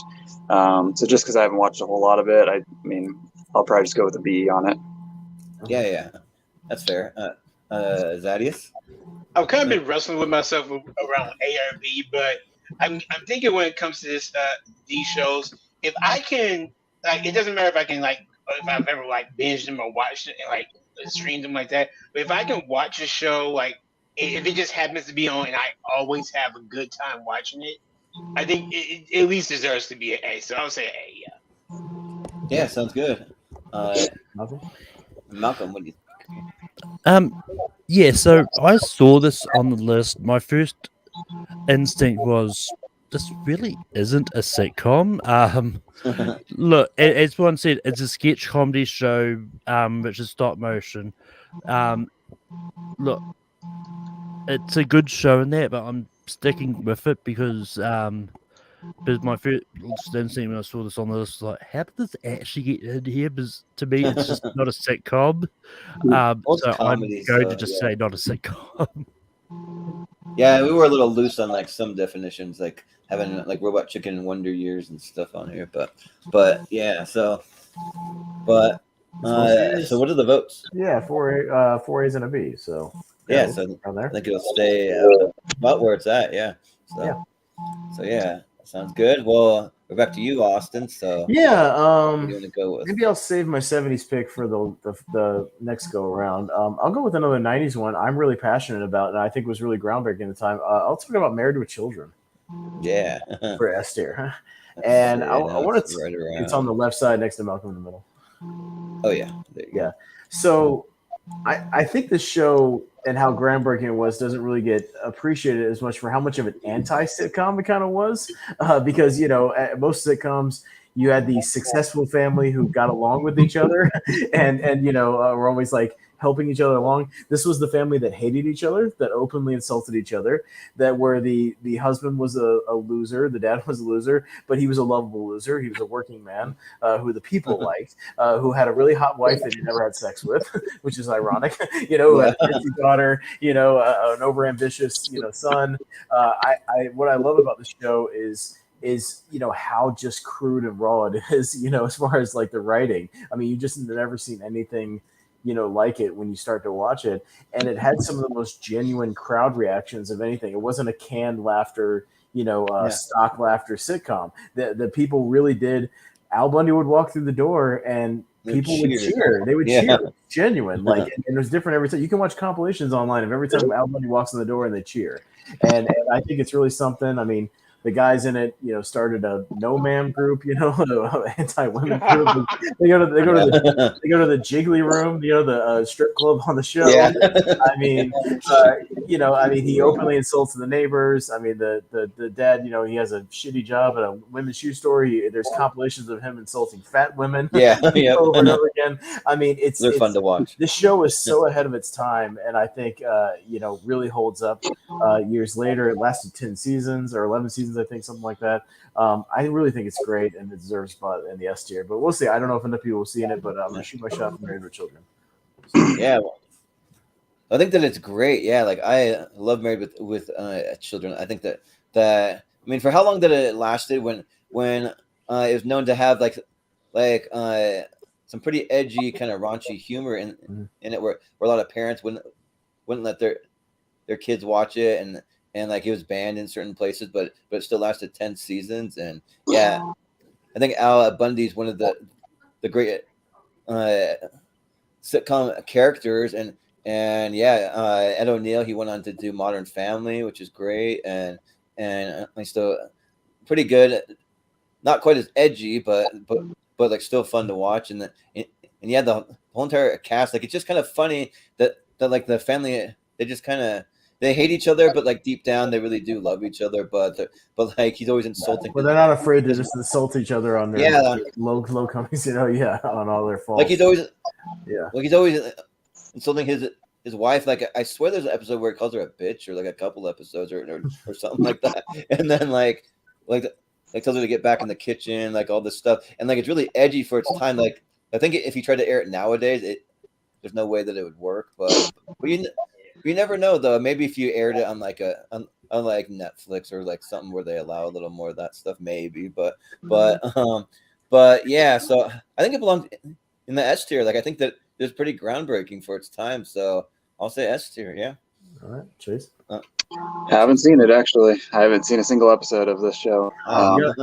Just go online and watch some compilations. Like first, Okay. I'll get you into it. I'm telling you, it's really fun. The compilation of him insulting fat women at the shoe store. It's so great. Yeah. But that's a YouTube channel you can watch it called Married with Children. How dare you insult me to my face? Well, I insult you behind you, but my car's only got a half a tank of gas. Yeah. Yeah. I'll check out the highlights at least. Oh, it's so great. Yeah, it's amazing. It's fun. But Zaddeus, what do you think? Only because I haven't seen Married with Children in so long. I'll nominate it for A tier, but it is one of those shows that I used to like kind of sneak and watch when I was younger, and just I always had a good time laughing at it. And it wasn't one of the ones I would catch every time, but every time I saw it again, I thought it was hilarious. And of course, Kelly, she was another one of those young crushes too. Like, okay, even though again, she was completely on the other scale of Winnie Cooper, like as in personality wise. But I thought she was cool too. She was hot too. So I'll give Married with Children. It's another thing. Like they would cheer for Al, and then when they pan over to Kelly, it'd be woo. Yeah, right. Yeah. Even Peg would walk in, woo, ow, like it's just so unique. Like the reactions were so unique for a sitcom. You just didn't get that anywhere else. Yeah. Katie's Gall was great. Yeah, she's awesome. Yeah. Well, Malcolm, what do you think? Yeah, it's funny that you mentioned that it can't be done again. They actually are working on a animated revival of the series. That's right. Yeah, they are. Yeah. That'd be cool. I forgot about that. Yeah, crazy. With the original cast, definitely not on network TV. I mean, it's. Well, I mean, it could be on network TV. I don't know what they're doing it for, but anyway, look, I've seen probably about a few episodes of this. I remember watching this on and off back in the day. But yeah, I didn't connect with this show as much. Like it was funny and all that. I would still go B though. Yeah, that's fair. Brian, what do you think? I'll give it an S. I enjoy the series. I enjoy the comedy. I even love the neighbor Marcy and Jefferson. Even I enjoy the episode where they have Marcy and Jefferson portray them as Al and Peggy as well. For the whole bit of them. So S for me. Okay. Yeah, you had a lot of fun kind of dream sequences of like Al just daydreaming on the couch, and then there's kind of like just like wacky situations they have too. Yeah. Especially but have Vanna Ray on one of the episodes as like his ex-girlfriend. Oh yeah. So, but what are the votes at? 3, 1, and 1. It's actually higher than Seinfeld right now. So yeah. All right. Well, we'll at least bump it if it'll let me. There you go. Yeah. So sounds good. Yeah, George. Well, I think I'm gonna go with the one that it's kind of predictable for me. I mean, I got the shirt on, so I got to go with Parks and Rec. I think Parks and Rec is right up there with The Office and the S tier. For me, I like it better than The Office. I think that it's great. Like it's one of the best sitcoms of all time. Like I bought the full series probably like about a year ago. I saw it on sale for like $35. I'm like, hell yeah, I'm gonna pick that up, and Parks and Rec has so many of my favorite characters of all time. Like Ron Swanson, just kind of like my spirit animal, like in a lot of ways. Just the way that he's so manly and like just doesn't care about other people, but then deep down he kind of does. But like he just doesn't want to be around people. He just wants to sit around and like drink scotch and eat mass quantities of meat and stuff, and like. Go in a shop and do woodworking, all that stuff, and like it's kind of like almost true to like how Nick Offerman is in real life in a lot of ways. But and then I will say that the seasons or the show's probably at its best maybe around like the third season once they bring in Rob Lowe and Adam Scott's where it really peaks. But even before that, like it's still a pretty solid and also Aubrey Plaza as April, like she's one of my favorite actresses working today. Like I really like her awkwardness and just like especially the friendship that she has with Ron too. Like they were like a really kind of awkward but like pretty cool friendship because they both kind of like have the same outlook towards life and it's where they have the same disdain for humanity in general. Right. So they share. Yeah. And I'm trying to remember the exact quote that like Nick Offerman says, like when Ron's talking about he only cried 2 times in his life, and I think it was when his father died, and then when little Sebastian passed away. Yeah. And so he's up on stage crying over their little like miniature horse. Yeah. Yeah. So yeah, and there's just so many like fun cameos of people that pop up and like the like crazy things, and the way that Amy Poehler's character gets so passionate about things, like it makes it a lot of fun. So yeah, I'm gonna say S tier for Parks and Rec. Oh, and also shout out. One of my favorite episodes is when Adam Scott comes up with the Cones of Dunshire, this wacky game, because like he's just like a really like odd and like eccentric character that it makes it like fun, because like I'm kind of like really into board games, but like I've created some of my own, but even what he created is like way up the top of anything I would go for. So yeah, but Chase, what do you think for Parks and Rec? Yeah, so I like it. I think the weakest part of the show, honestly, is the lead. I don't really like Amy Poehler that much, honestly. Like, I think the other characters stand out more than she does. I think Right, true. Yeah. I think I don't think it's anywhere close to as good as The Office. So you better move The Office back to that number one spot. But, Yeah. I do like it. I mean, it started off as a spinoff of The Office, and then they ended up doing like their own kind of thing with it.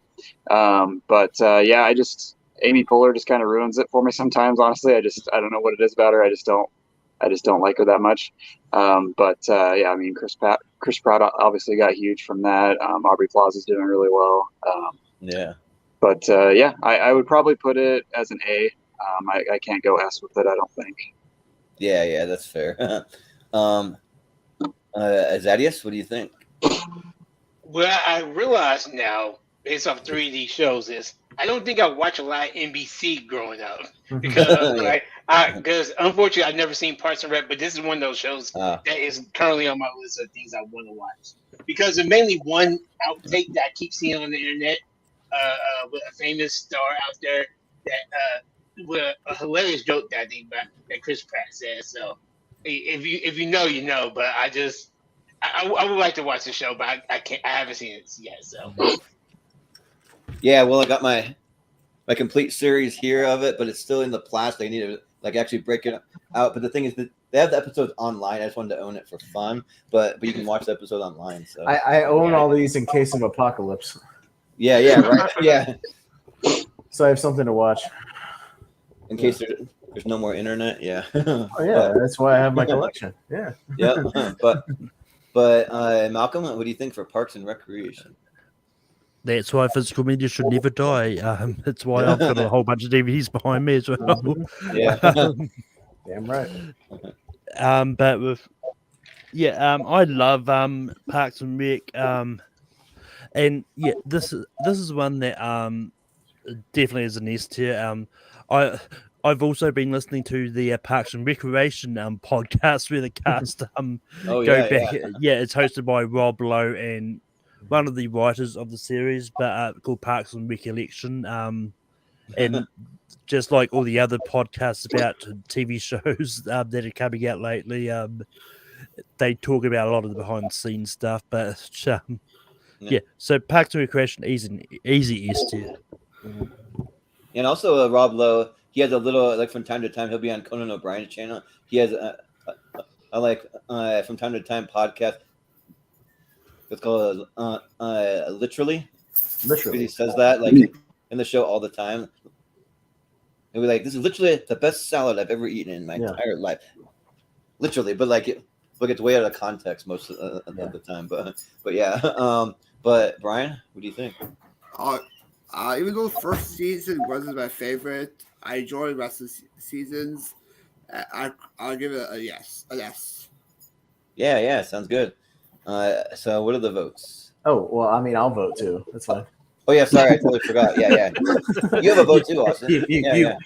You might want my vote because it's an S vote. Yeah. Oh yeah. You're probably gonna want it. Yeah. I'm so glad I finally, a few years ago, sat down and watched the whole show after being recommended it. I mean, the first season is definitely the first season of The Office. There's a lot of characters set up. You burn through it. Same thing with the second season. They have a character, Mark Brandanowitz, who they dump after the second season. Who's like the host. But yeah, I agree. Once man, once Adam Scott and Rob Lowe show up on the show, like from then on, it's like straight to the stratosphere. The show is amazing, incredible writing, so good, great character payoffs. Like they actually stick the landing on like the final season, like a lot of really good, just character building. I love all the recurring characters that show up throughout the town. Jean Ralphio and Councilman Jam, and Pert Hapley and Brandy Max, the porn star, and Joan Calamazzo, the TV host. Like everybody's Paul just Rudd, he shows up. Yeah, Paul Rudd is that councilman. Yeah, he's great. Tyler Oswald. Patton Oswalt. Yeah, I mean everybody that shows up is fun. Andy Samberg was on a couple episodes. He's great. It's just so much fun. It's so breezy to watch. Ron Swanson's one of the great characters of all time. But I love the relationship between Chris Pratt and Aubrey Plaza. I think I have a great fun relationship on the show too. How that develops. And they're really awesome. So this is an easy S tier for me. This is like top 5 shows of all time at this point. Like this is great. Yeah, same. So, Could be all the bacon and eggs you have. Yeah. No, I don't think you understood me. Give me all the bacon and eggs you have. All. Or like when he cries because his favorite steakhouse closes, Charles Mulligan's Steakhouse or whatever. Yeah. He's crying, He's trying to break the doors down. No, let me in. Oh, yeah. So those are the 2 times that he cried. When Charles Mulligan's Steakhouse closes and when Little Sebastian dies. Those 2, yeah. Yeah. But quick question. What are the votes? I'm sorry, what? Quick question. What are the votes? Oh, yeah. Go ahead. No, for us is an A, so it's up in there. Yeah. Yeah. Mm-hmm. And since my only question is, since they're both on Peacock, I just checked, which show should I watch first? Office or Parks and Rec? Both. Yeah. Which one first? Well, there's a debate to be had because I think Chase would probably say Office. I'd say Parks and Rec, but I think both. And here's the thing: again, you can start with season 2 of The Office. I think you can start with season 3 of Parks and Recreation, and I think it'll still work. I think it's great. Yeah, like, find the episode when Rob Lowe and Adam Scott are introduced to Parks and Rec. Just Google it, find it, and just go. And it's awesome. It's so good. Yeah, they're like the series Viagra, kind of like The Rock. Yeah, but they are. But Chase, I know. And Jordan, it's Ron Swanson's favorite movie, The Bridge on the River Kwai. Yes, The Bridge on the River Kwai. What he does for his birthday, he just sits quietly in a room alone. Eats a steak and watches Bridge on the River Kwai with a bourbon. Yeah. With the bourbon, yeah. I was going to say, Chase, I know you got to go, but we'll let you have one last pick. So if you got one more, I can do one more. Yeah, go ahead. So I was thinking I'm going to do the Breaking Bad prequel, Malcolm in the Middle. Oh yeah, right. sounds good. It's a good early 2000s one. Right there you go. I really don't think there's a bad episode of this show. I think it stays consistently good. I think it only had 7 seasons. I think it could have gone 8 or 9. Honestly, I'm kind of surprised that it ended soon. But I guess he was kind of growing out of it in a sense. But I think it's a good quality show. Really funny. It really shows. After watching Breaking Bad later on, you can really see how good of an actor Bryan Cranston is doing comedy and then drama later on. I think the whole cast is really good. And I'm kind of surprised I haven't seen more from some of the other people in the show. But that would be my last pick for S tier, I think. Okay. Yeah. Sounds good. Yeah, I was gonna try to find. I probably have it packed away in a box somewhere, but I have a script signed by the entire cast. That's the episode where they all go to the water park and like the mom's like chasing them all around, and she's like, are you Aborigines or like yelling at them? Yeah. It's a nice time. But Zaddeus, what do you think? Never seen like a full episode of Malcolm in the Middle. I've always seen it like on TV, but it's never one that I've like just consistently watched. Yeah. That's fair. Yeah. Malcolm, what do you think?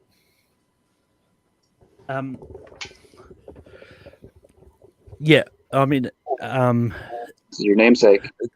Yeah, right. Come on. Yeah, and you are right in the middle tonight. there.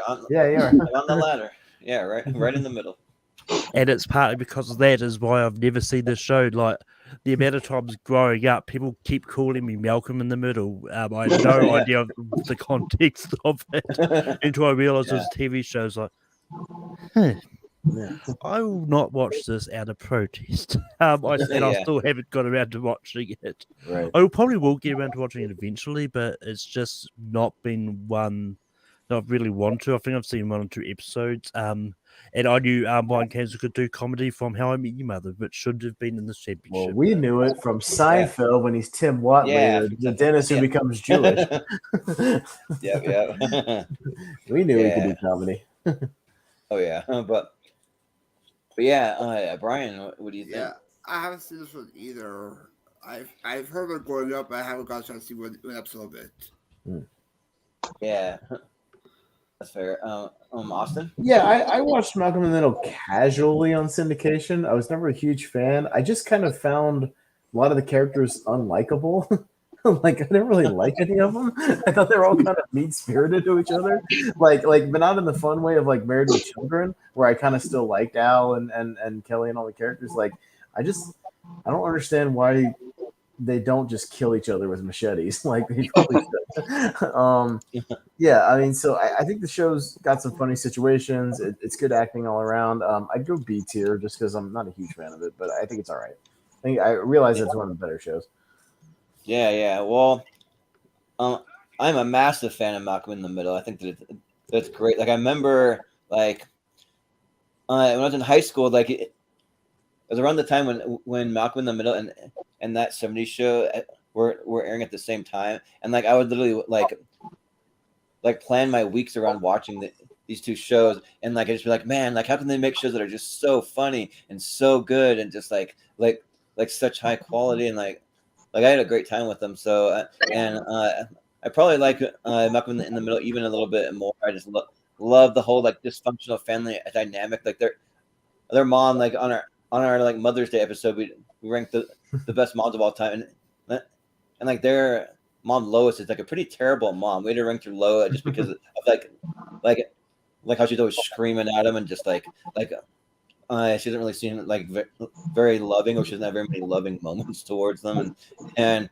but I like the like whole dynamic of like Reese and Dewey. I remember the whole when they had a campaign of where's Dewey, and like Dewey got lost somewhere like in the neighborhood, and they had some kind of contest where you could like actually win prizes to try and like predict where he's at and stuff, and like so that was a lot of fun. Yeah. Balloon. Yeah, holding the balloon. Yeah. I think he's following it through the neighborhood. Yeah. So yeah, that's an easy S tier for me. So yeah, I'll say S. So, but what are the votes at? 2 S's and a B. All right. So maybe like it's gonna have to slide at least under curb for right now. Yeah. Mm-hmm. That's fair. But we'll Chase, we'll let you go. But do you have anything you want to plug or anything, or like tell us where we can find you? Or no, I don't think I have anything this time. I had something the last couple of times, but nothing really going on right now. So all right. Thanks for having me, though. I contribute a little bit more to this one. So yeah, definitely. Yeah, for sure. But you're always welcome back. So we're reworking the new schedule. So we'll need some guests for like October, November. So okay, maybe I'll send you the list, and you can see if there's anything that piques your interest or anything. Sounds good. Yeah, let me know. Yeah. All right, cool. Yeah. Thanks. Have a good night. Thanks again. Yeah, thanks, guys. See you. Right. Have a good one, man. Mm-hmm. All right. Well, we'll move on to Z-Man down there. You got one you want to nominate? Yeah, I'm gonna go ahead and go for this one. Even though I'm gonna go for it for S. Even though I know the S tier is getting very slim right now, but just because it's one of my favorite sitcoms of all time. However, I can acknowledge the problems of it. It's Family Matters, and it's kind of like I kind of alluded to it earlier with Fresh Prince. This while Fresh Prince was like the more affluent family, the richer family. I loved how this show, kind of a middle class, working class family that I don't think you could help but love, and that dealt with real issues and had like just everyday problems that they would deal with, and that you could learn to love them more. And again, definitely a deep representative for the culture. But then I think, again, at the same time, I think anybody could like look at the show, watch it, and love it. The problem is also one of his great strengths, and I'm kind of arguing against it now, is Steve Urkel. Because while he was great in doses at first, they start kind of leaning It on became him a the little bit Urkel too show. much. It became the Steve Exactly, Urkel. it became the Urkel show towards the end, and that kind of hurt Yeah. it. But I think there's more good of Family Matters than there's bad. So I'll still say S for that. Yeah. Yeah, it got progressively wackier as it became. What can Steve Urkel invent to come up with plots? His wacky adventures, right. like the transformation chamber, and they even had like a teleporter at one time, and then he goes to space in the final season, and all kinds of crazy stuff. Like it got really, really wacky. Yeah, like really. We even had episodes where like half the family wasn't on for like a few episodes, and it was just all about him, So yeah, but Malcolm, what do you think for Family Matters? Yeah, I mean, the only thing I know about the show is the quote, "Did I do that?" Yeah, right. That's what you should have said when you gave Seinfeld a D. Did I do that? Yeah. I mean, had this come up before Seinfeld, I probably would. But yeah, I just haven't seen it. Like the only thing I know about this is Steve Urkel's in it, and I think they had a random kid get recast, and just everyone just not batting an eye and just no, she just the daughter just she disappeared. She went up the stairs and never came back. Yeah. She disappeared like. The youngest daughter, Judy just disappeared, and they brought in 3J later to replace her. So, you're like, okay. Oh yeah. I mean, just like in Boy Meets World, it's like I've been up in my room this whole time. Oh yeah, for like the youngest sister, Morgan. Yeah. But it's cool how they in Girl Meets World they brought back both Morgans to they like met in real life, which is kind of fun. But Brian, what do you think for? Yeah, I probably enjoy Family Matters a lot. Guy Cheese. I love the whole Zay stuff.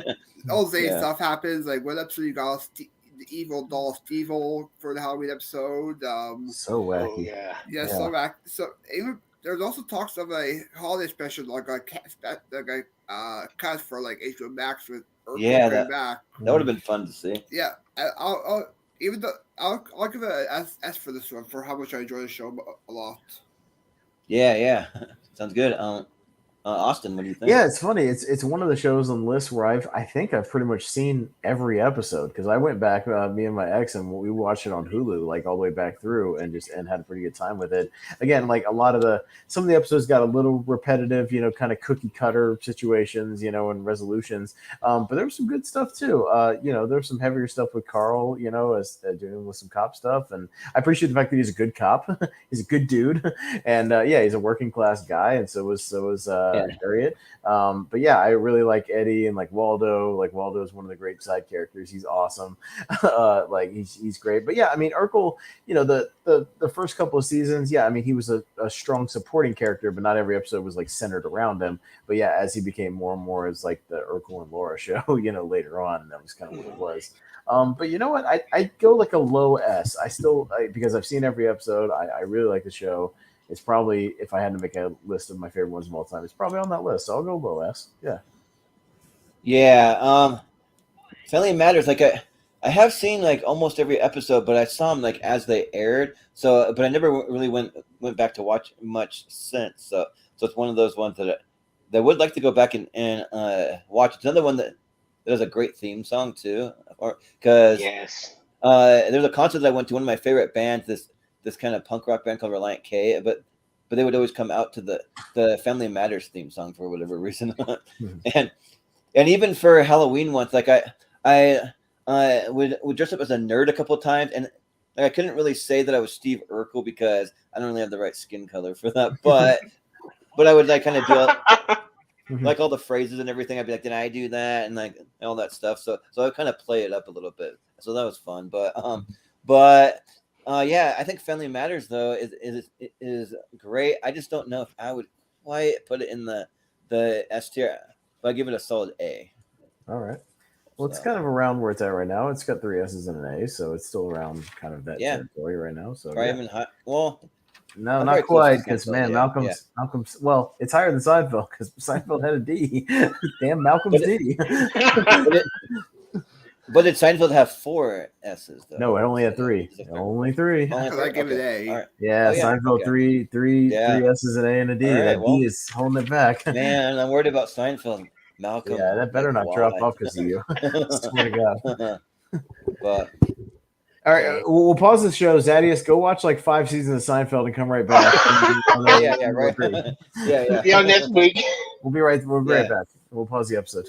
We'll be back All in right. 2 weeks. Yeah. All right, we'll go to Malcolm next. Yeah. Yeah. Or what do you want to nominate? Mm-hmm.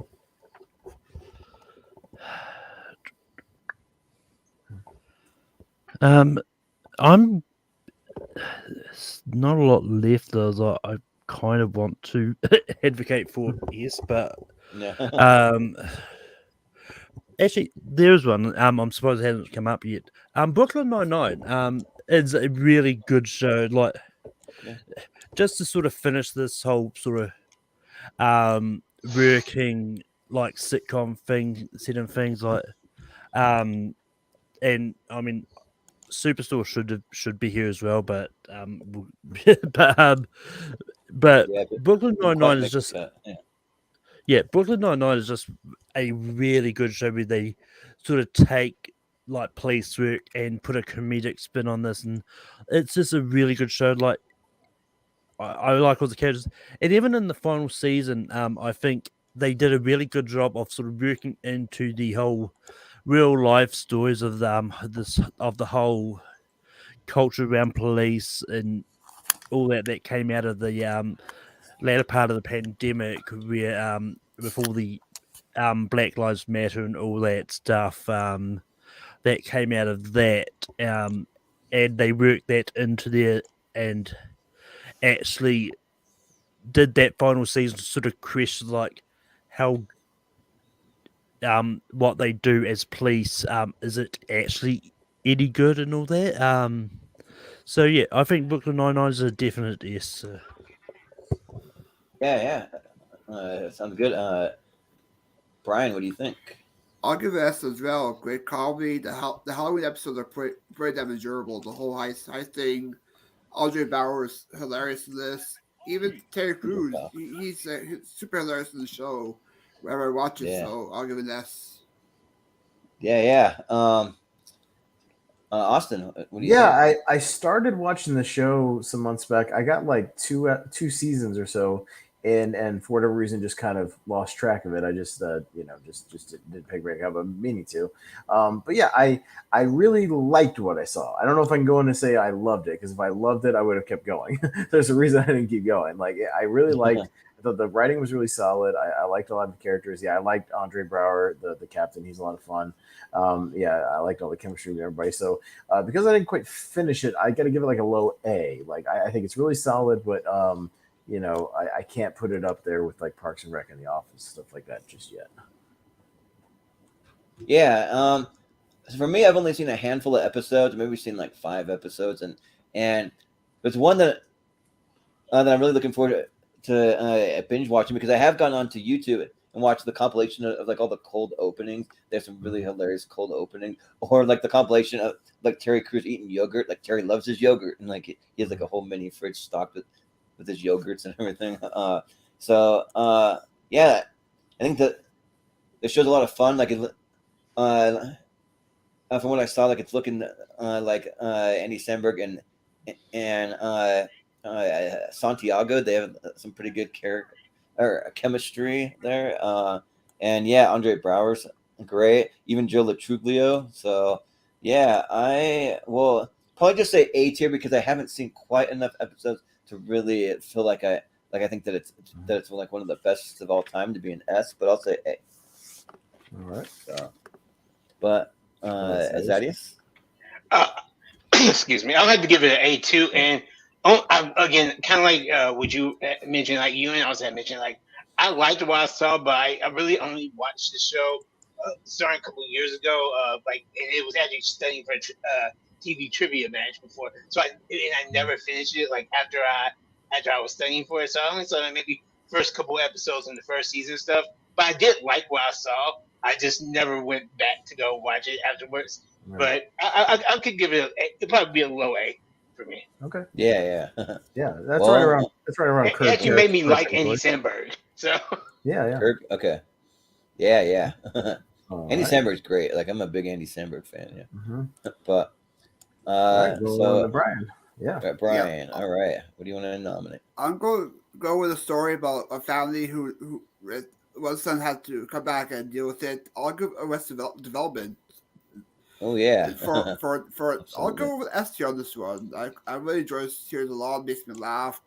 Great casting with Tori Hale as the son Buster, with Jeffrey Tambor as the direct father.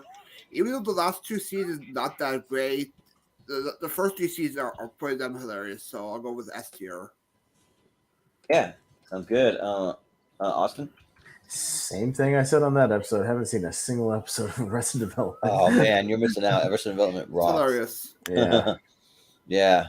Like, for me, like, Arrested Development might be one of my favorite on this whole thing. Like, it's so good. Like there's so many awkward like situations that they're in, and I love Will Arnett's character as Joe, but they spell it G-O-B. That's kind of weird, like Joe Bluth, and then the awkward dynamic that like Michael Cera has with like literally everyone. Like he has an awkward relationship with his dad as Jason Bateman, but then also Ali Shawkat too, because they're supposed to be, I think, cousins, but like he has this weird crush that they're like, maybe we should just freak everybody out. We should kiss in front of everyone. We should make out or something like just kind of kind of awkward. And then also rest in peace to Jessica Walter. She was great as the kind of the mom / grandma of the family.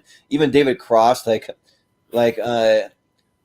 hilarious when he tries out for the Blue Man Group, and he's like, I just blew myself because he has like blue stuff all like Carl Weathers. all That's over Carl Weathers. Oh yeah, and yeah, so like it's a great cast. Like the situations are just hilarious, and there's a lot of cameos that'll pop up too. And to defend the last couple of seasons on Netflix, I know that the first one for Netflix was like all over the place because they had so many schedules they had to deal with. They couldn't get everyone back at the same time, so they had kind of disjointed thing. Then they brought it back, and they actually did have everybody back. It was good, but yeah, like probably not quite on par as the first couple of seasons, but the first few seasons are like some of the greatest of all time. It's the reason why the show got canceled, and then they brought it back. So when that happens, like, you have something pretty special on your hands. Like Family Guy did that. Like there's a few shows that happened too. So yeah, I'm gonna say an easy S tier for me. Like it'll be near the top for me. But Zaddeus? This is a show that I'd never seen before, and I think it's interesting that I pretty much only heard about when it was being brought back in contention for like coming back, being restored with Netflix. I never really heard of it during its original run. So yeah, it originally aired, I think, on like Fox, I think, is where it was. Wow. But yeah, Fox. But Malcolm, what do you think for Arrested Development? Yeah, I mean, it's one of those ones like there are many reasons for cancelling a show, like the ratings are just not there and all that. Like I also hadn't really heard about this show until they decided to bring it back. I've seen a handful of seasons of this. I think it's just been the Netflix ones. Actually, I'm not too sure if I've seen any of the original ones, but I'm not a fan. I didn't really get into this. This also is a D. D. Oh man, you're killing me. Oh, Did he do that? Because higher points. yeah, because I'm not. Well, Arrested Development too. Like if you watch it, there's so many inside things too. Like I could go in and quote it, but half of you haven't seen it. So, but so I guess we have. Would you say for it, Brian? 2 S's and a D. Yeah. Probably So where it's at. No, it's gonna be low. It's gonna be like bottom of A. yeah. Oh, wow, okay. Probably, yeah. Well, with Yeah, only 'cause 3 the votes, D- the D hurts with only 3 votes. That really hurts. Yeah. Yeah, you have to have at least 3 S's to put it in the S. So like at the least S put in vote. contention. At least in contention. Yeah. All right. So, oh man, that one hurts, but it's fine. But Austin, it's your turn. Right? Yeah, I don't know if enough people have seen this one. We'll see. If not, I'll nominate a backup. But I'll go with the '70s one, and it's the first show the first sitcom I ever actually bought on DVD because I liked it so much in syndication because of how much it came on TV. I'm gonna go with Sanford and Son for S tier. Over on the left corner down there. Oh yeah. This show is freaking fantastic. Again, really ahead of its time. Great theme song. But yeah, Red Fox really makes the show. He's really, really just crass and hilarious. He's kind of like, at the time, he was kind of like the black version of like All in the Family of like, what's his name from All in the Family, like Archie Bunker. Yeah, just this crotchety old man who just yelled at everybody and just constantly got in arguments with Aunt Esther and with his son, Lamont, Demond Wilson. He's great. They have awesome chemistry just running this junkyard. But yeah, they're always kind of getting in these little mini adventures, but a lot of it really just takes place at the house and at the junkyard. Like they don't do a whole lot outside of it, but it's people just kind of dropping in and out. But yeah, it's really, really just solid writing and funny. Just seeing these guys kind of living together. It's a show I really loved to watch in syndication. Just something about it really, really clicked with me. Again, I don't know if enough people have seen it. We'll see. But yeah, I think it's one of the strongest '70s ones. So I'm gonna go S tier for Sanford and Son, but we'll see what happens. Yeah. Well, this one's kind of interesting for me because it's kind of borderline S and A for me, just because like the show just kind of like takes place in like almost singular locations or like maybe one or two locations kind of thing. Like for each episode, like they're just kind of like I don't know. I just feel like they're not like doing a whole lot. But the thing is, Red Fox is so funny and he's so good. Like I would have loved to see him do stand up because he was a stand up comedian. Well, yeah, he's got some stuff out there you can listen to. Back in the day. It's really funny. Yeah. So I mean, like he's one of the one of the greats. I feel like as far as stand up goes, and yeah, I mean, but I just don't know for me if it quite gets into that S for me. Like it's but it'd be a high A. Like I would hope maybe it would make one of the honorable mentions, but I'll say A. So Zaddeus? Yeah, I'm gonna have to be the same and say go A, and it's hard because as much as I love Red Fox, it's a show that I never like watched all like a whole like slew of episodes, but it was again one of the ones that like I would catch like at night something I would just watch an episode or two or like whenever it was on I would just watch it, but I never I don't think I can say I've seen like a whole season of Sanford or Son or anything, but every time I would happen to watch it, I liked it a lot, loved it a lot. So I'll go A. Okay. Yeah. Malcolm? I mean, I've seen the original British show that this is based on, Steptoe and Son. I've not seen anything in Sanford and Son, unfortunately. Gotcha. I didn't know that it was based on a British show. Me neither. Yeah. I mean, in this case, I think this is a case of because they changed the name of the main character, you wouldn't think of that because the British show is called Steptoe and Son, like this, and this one's called Sanford Son. I don't know why they changed that name, but yeah. Son of a gun. I didn't know Sanford and Son dropped on Peacock. Hell yeah. Yeah. Nice. Yeah, nice. Yeah. Peacock has all the shows. Right? The only thing I know about the show with that Family Color did with Peter and his dad, but I haven't seen the series. Okay, no, fair enough. Yeah. All right. So well, at least I didn't have to hang around. So 1A and one S and 2As. So it's actually above. It's right around Wonder Years territory, something like that. Yeah. There. Okay. So yeah, I think we'll go with Jordan, and we might wrap it up with a Hail Mary because we've actually gotten through a decent amount of shows. So, and we'll start to we'll hit a Hail Mary and then start to wrap it up. So, Jordan, what do you want to? Yeah. Well, I'm looking at my list. I might take one last look at the graphics here just to kind of see. Yeah. Because there's a couple left, but I just want to make sure that I don't miss anything. I think I want to go with. Yeah, I think I want to go with one that when the show first came out, let's see. When it first came out, I didn't really appreciate it more until I went back and watched it in syndication, and then I wish I would have watched it more when it first aired, but I want to go with news radio. So like this show, like it's like really really funny. Like it, and it's a really solid cast. Like you got Joe Rogan in there, obviously, but as like the kind of conspiracy guy. But then you have like Dave Foley in there, Phil Hartman, rest in peace. You got Maura Tierney, which opened like a couple of sitcoms and like after that, and then you have Stephen Root, like he's always great. He's one of the great character actors. Andy Dick, which is like one of the few things that he was actually like pretty funny in, and then John Lovitz too. So yeah, it's a pretty solid cast, and like there's some hilarious moments. Like I've been going back and like watching clips of it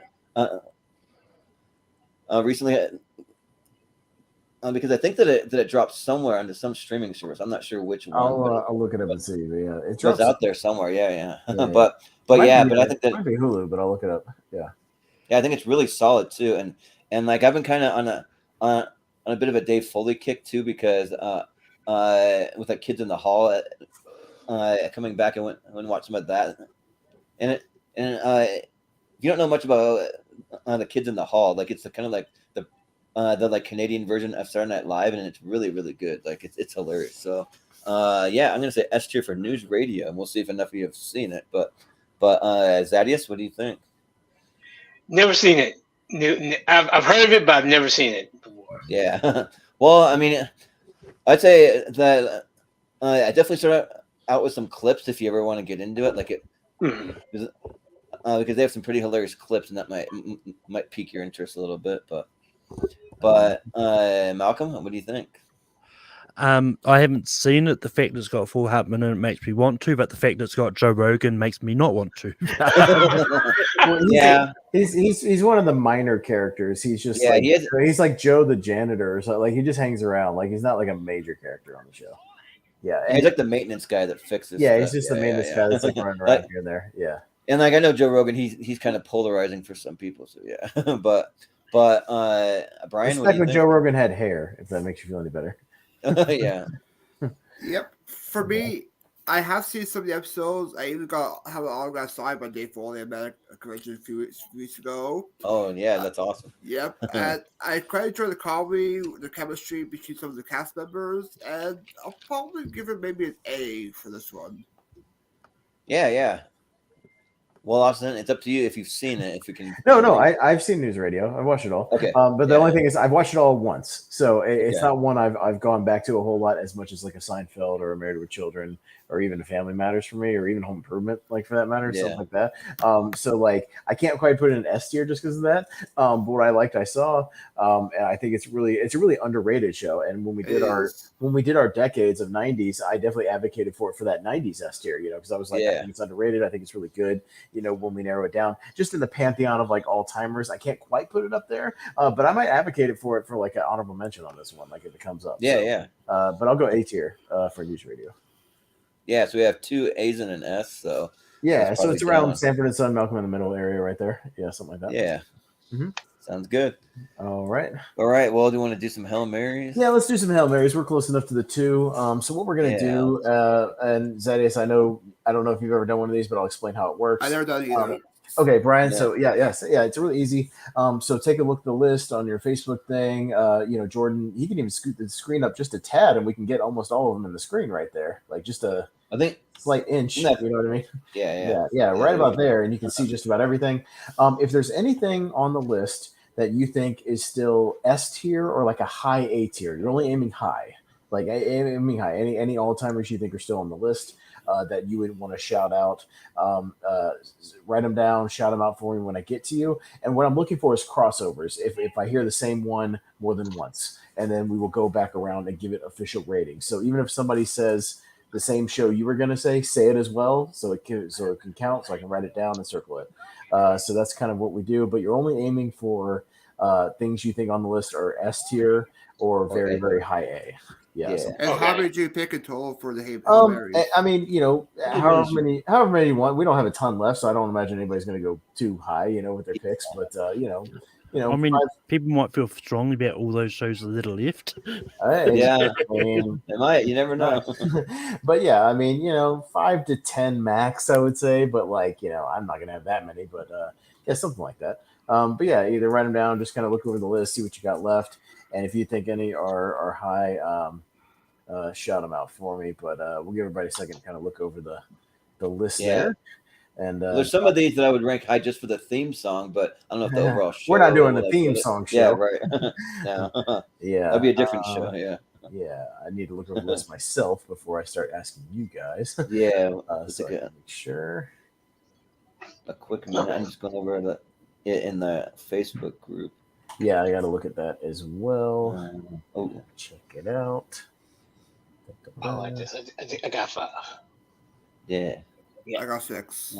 Yeah, I think I've got 5 or 6, something like that. I'll shout out, so we'll see what happens. But yeah, even if, like, again, Zaddeus and Brian, even if somebody else says yours, say it as well, just so we can get the crossovers. And what we'll do is I'll jot them down, circle them, and then we'll go back around and give it very quick official votes. But do we want to do the honorable mentions now, or do we want to wait to the very end? I mean, we could do it either way. We can wait till the very end. I think we'll wait till the end, and then and if anybody wants to shout out other shows that they love, that maybe because I definitely have some that are like all timers that aren't on this list. Gotcha. All right, I wrote my couple of ones down. So Zaddeus, do you have a short list? Yeah, what you want to talk about? Because I'm short list. Just don't go too fast, so I can write them down. I want to jot them down on my paper right here. So let me know what you got. Just say the show, or say a little bit about it. I'll just say the show. Just say the show for now. You can say a sentence or two about it when we go around and vote on if it gets crossovers. Yeah, we'll talk about it. Number 1, Cosby Show S tier for me. Despite the lead character, the family unit is strong enough. Period. Next right there is Home Improvement, and I was really battling between the two of those. Of course, this introduced me to Tim Allen. Love him. Brady Bunch, one of those shows that I used to love watching, like when it ever came on reruns. On the Family, I'm so surprised Jefferson isn't on the list, but I thought Archie Bunker was great, and it dealt with some real stuff. And then, kind of an high A tier for me is Psych. I love the show. Okay. All right. Sounds good. Malcolm, what do you got? I've only got about 3. Rick and Morty, It's Always Sunny in Philadelphia, and Home Improvement. Okay. All right, sounds good. And Brian, what do you got? I also have All the Family. Okay. I have Perfect Strangers. All right. Who's the Great boss? theme song. Who's the boss? It's Always Sunny. Okay, Sunny. Big Mouth. Big Mouth. All right. Blackish. And Mork and Mindy. Mork and Mindy. Okay. Work from work. All right. Mine. I'll go Reno 911. Rick and Morty as well.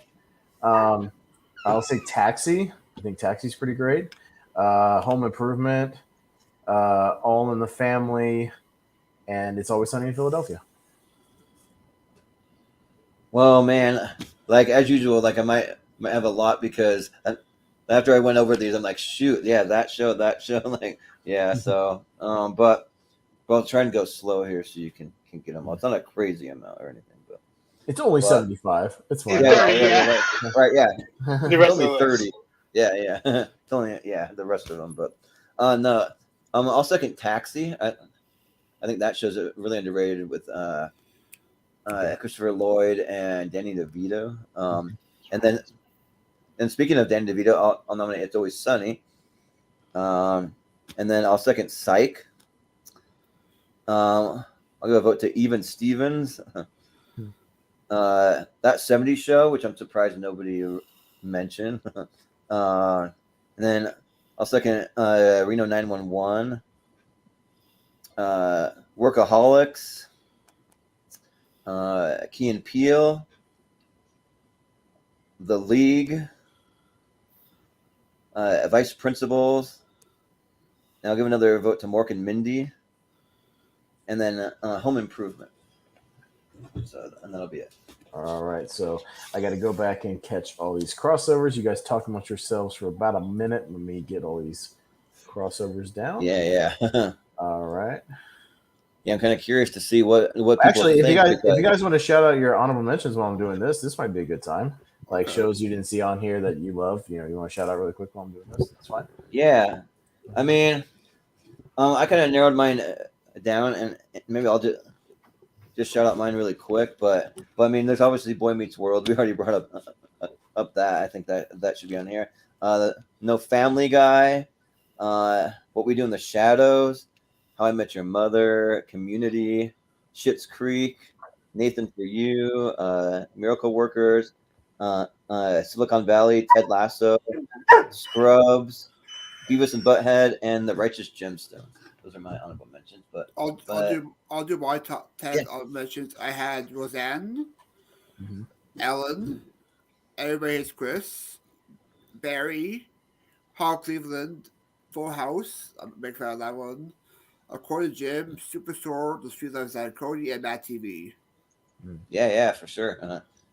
Is anything Malcolm, you didn't see on the list, or Malcolm? I think was stepped away from his dogs. But Zaddeus, anything that wasn't on these lists that you really love that you just want to shout out?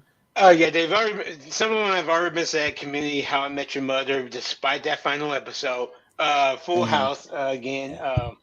However, the one that kind of made me angry when I saw the list, I'm like, how is this not on the list? But again, I love Key and Peele.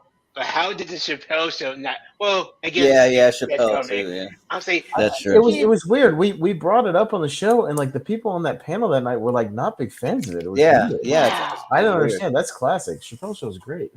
Yeah, I guess I can see why it's maybe not a sitcom technically, but like just when I saw Key and Peele there, like same thing. Yeah, the people who said Chappelle wasn't voted for Key and Peele, and I was like, you guys are out of your minds. It's like the same thing. Yeah. Yeah, like I was almost gonna say Saturday Night Live, but for me that almost kind of like transcends like sitcoms. Yeah. I don't know. It's weird. It's a weird thing. I mean, technically, Saturday Night Live would have fit into your 70s, wouldn't it? Have? Yeah. Like it could have been the 70s, 80s. It could have been. It can be any of them. Yeah. Or you could have it's one of the shows that spanned all the decades. Yeah. Malcolm, shows you love, maybe not on here or not.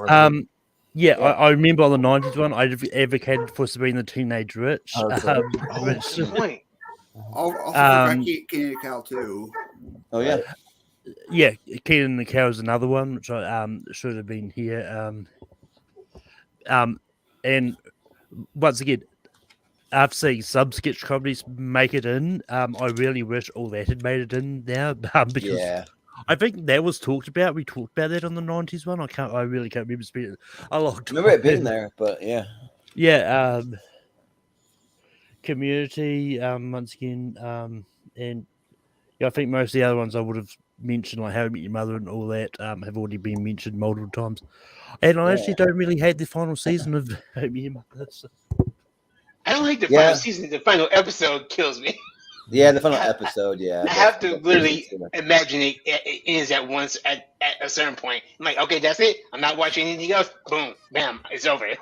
Look, I defend the. I will defend the finale. All day, every day. It's the way I predicted it was going to end. So I mean, well, right.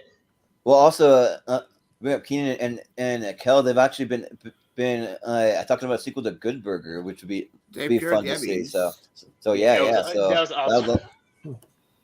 Jordan, I would love to see it. I showed you.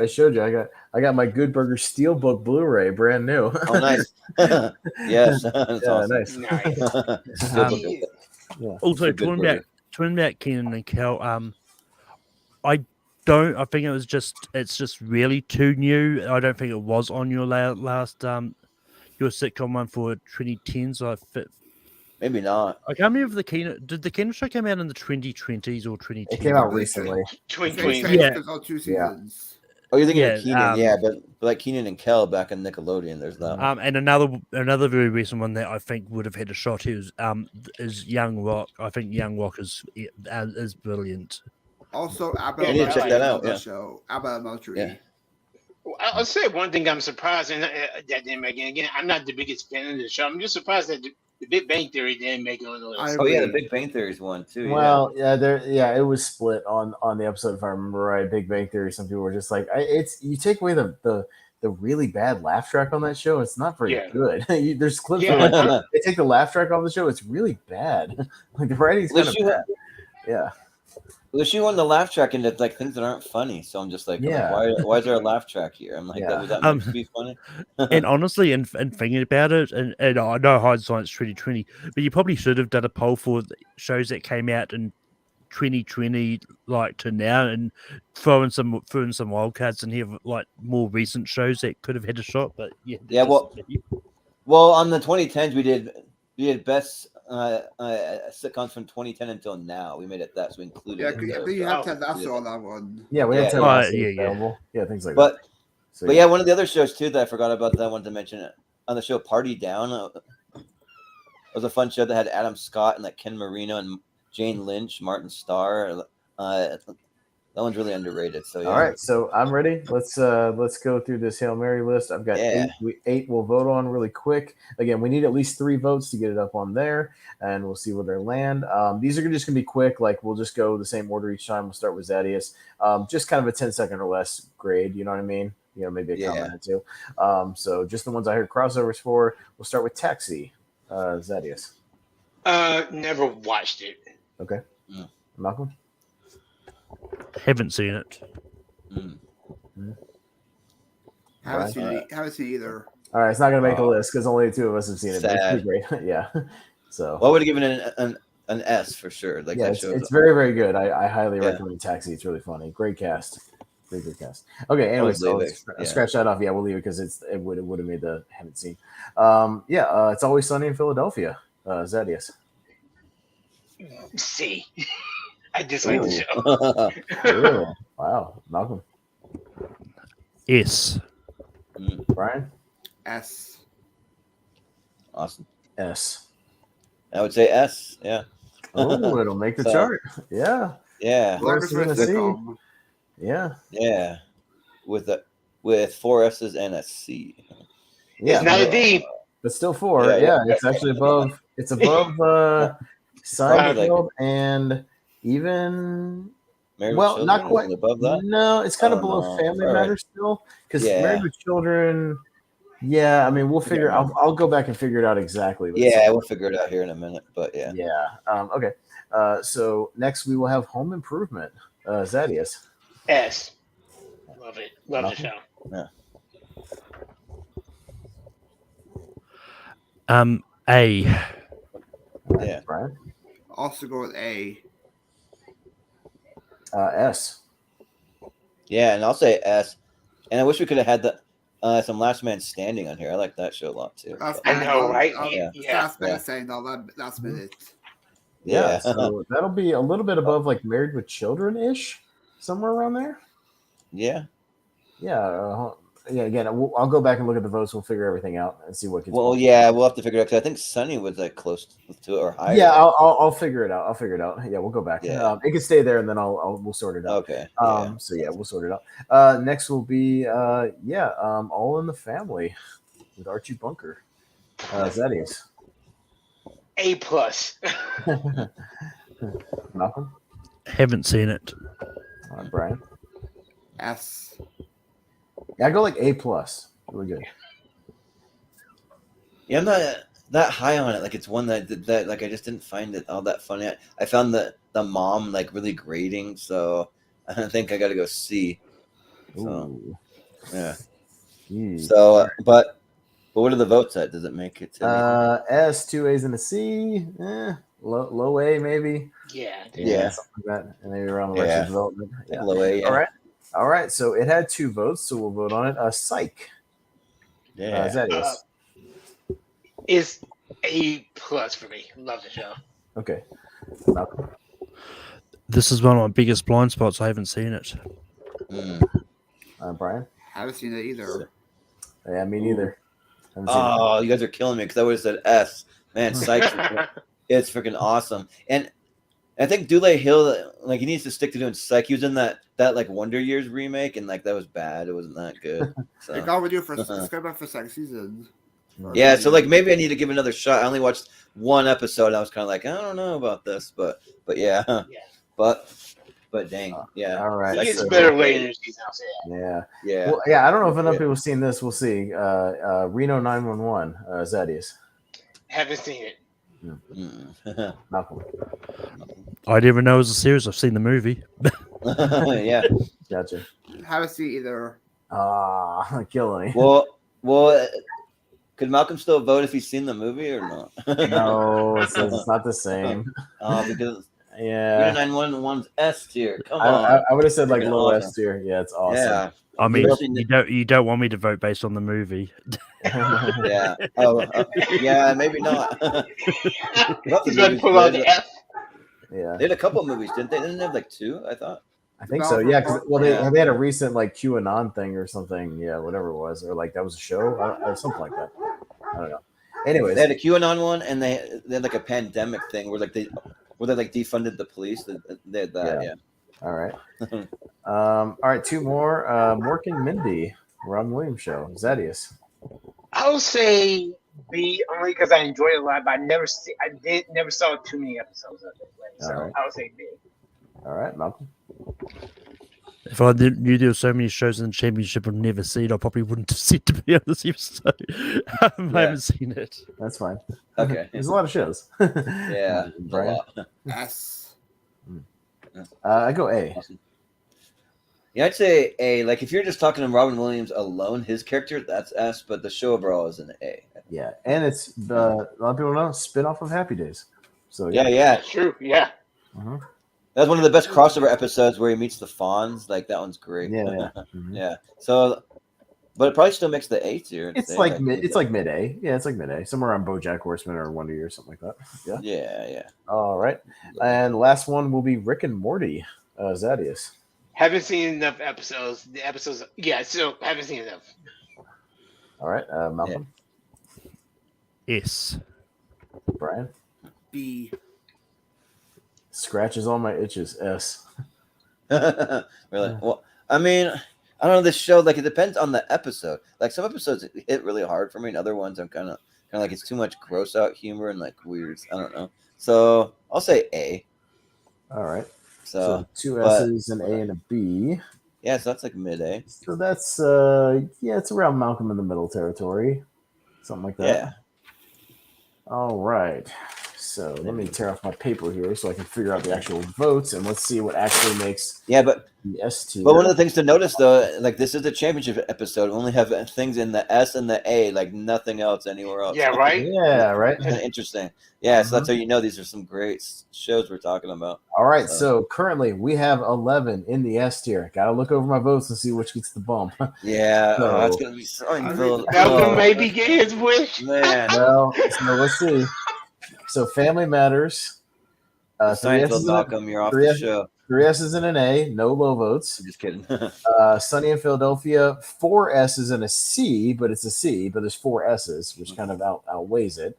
Home Improvement, 3 and 2. Married with Children had 3, 1 and 1. And Three's Company had 3 and 1. Seinfeld's gonna get the boot down to the A tier. Man. Oh, That hurts. oh, Malcolm, you're killing us. It doesn't even make the top 10. Are you kidding me? Time to boot Yeah. somebody. No. Yeah, and so Seinfeld will be You're good. but Seinfeld will take the first honorable mention slot. So Yeah. we will have to figure out what other 2 join it in the honorable mentions. I'll run down a few of the grades. Curb had 2 and 2, 2 S's, 2 A's. Yeah, I'm trying to find the other ones that had at least 2 S's because those would probably be contention. Malcolm in the Brooklyn Middle, Nine-Nine or Malcolm in the Middle, Malcolm. 2 S's and a B. Brooklyn That's fine. Nine-Nine, 2 S's and 3 A's, so it's probably going to be Brooklyn Nine-Nine as one of them. Okay. Yeah, and then I think it's actually going to be what it is right now. Curb and Brooklyn Nine-Nine are going to be the other 2. Those 3.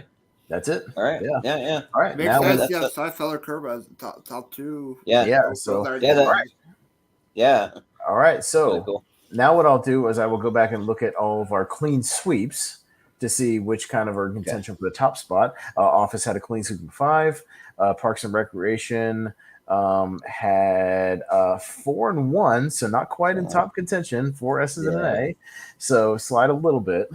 I think Fresh Prince had 6 sweep. Yeah, so that's in contention. Sweep? Okay. Yeah, so that goes above that. Let's see. The Simpsons had 5 S's and an A. It's a strong contender. So it's up there with Parks and Rec. Yeah, a little bit around that.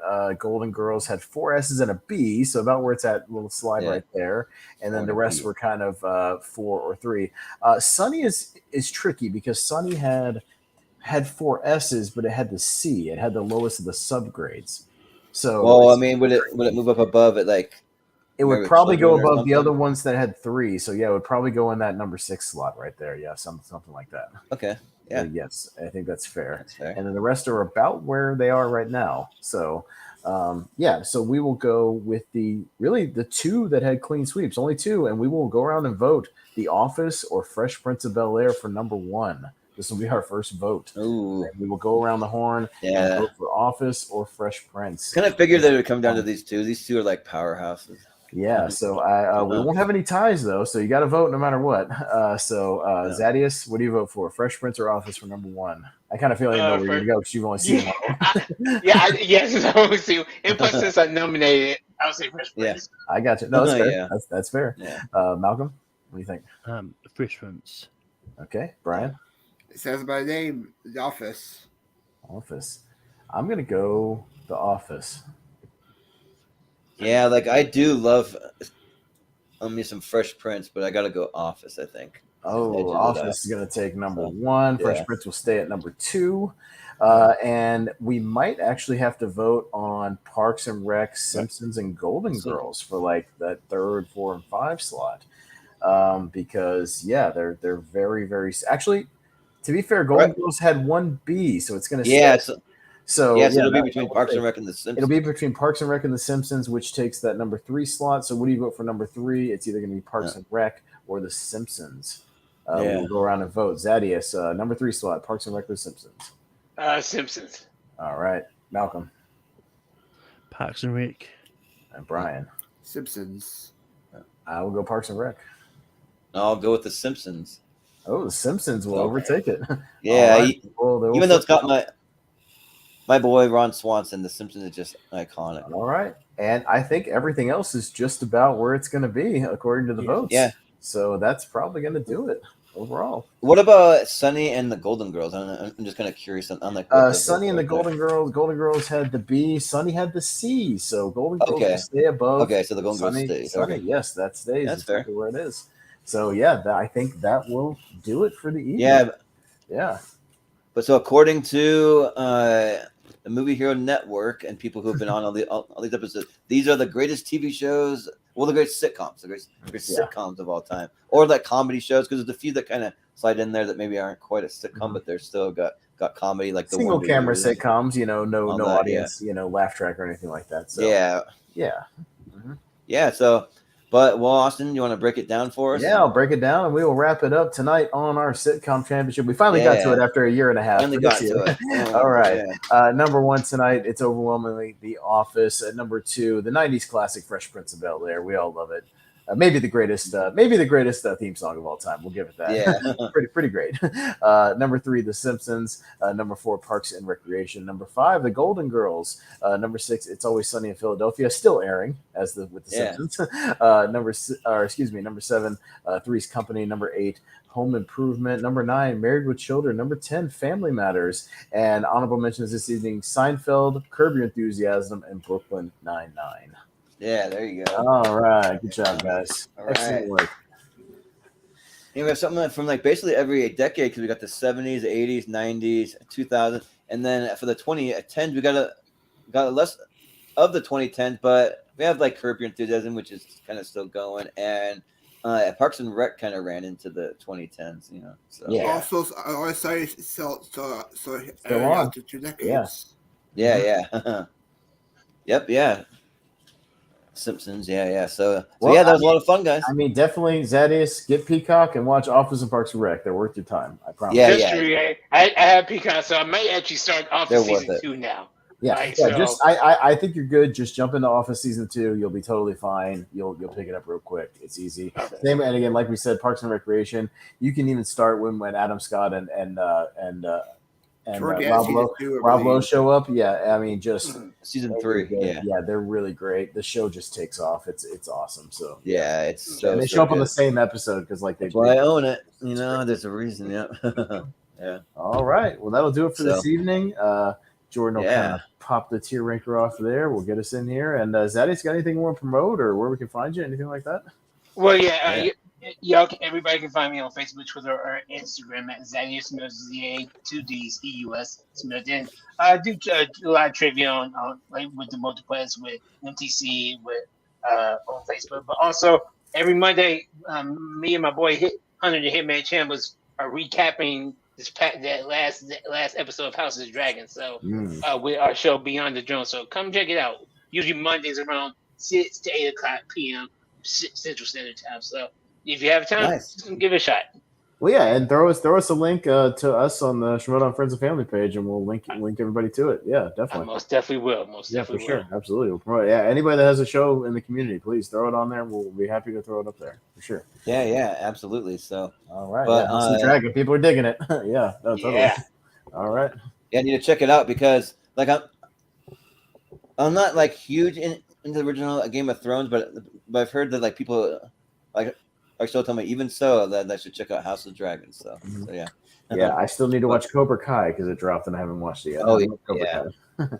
Yeah. I've been watching the entire thing day one. It was that good. So I had time. I don't have time right now. I just don't have time. Yeah.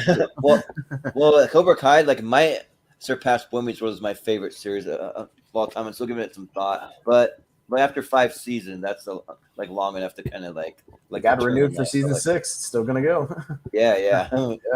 It was awesome. So, but Malcolm, where can we find you? You can find me over on Take 3 Productions. I host Bankum every Saturday night. This week we're ranking all of Kevin Smith's directed movies.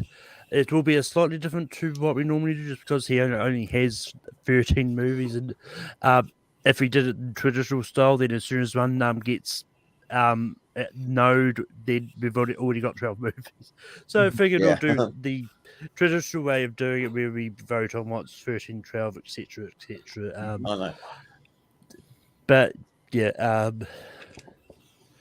and you can also, I'm also going to bring back Late Night Take 3 next Sunday, where we're going to recap sort of everything that went down at D23.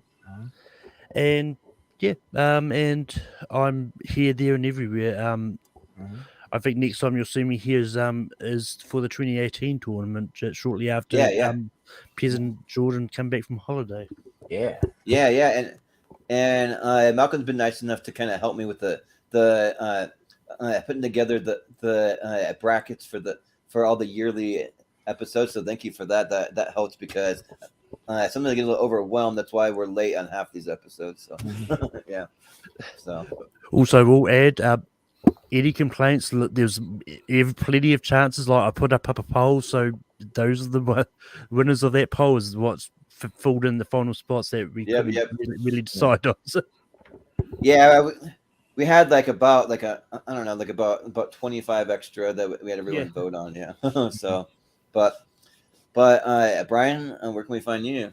Yeah, you can find me competing in most of these. I filmed on Sunday 2 of my tournament matches on the Fly Cow, which is Disney Pixar League. I competed in JPO's league. I believe my match for the tournament is against Brandon Cohen. And I'm going back here on Friday for Jacob Barber's episode ranking to Burton.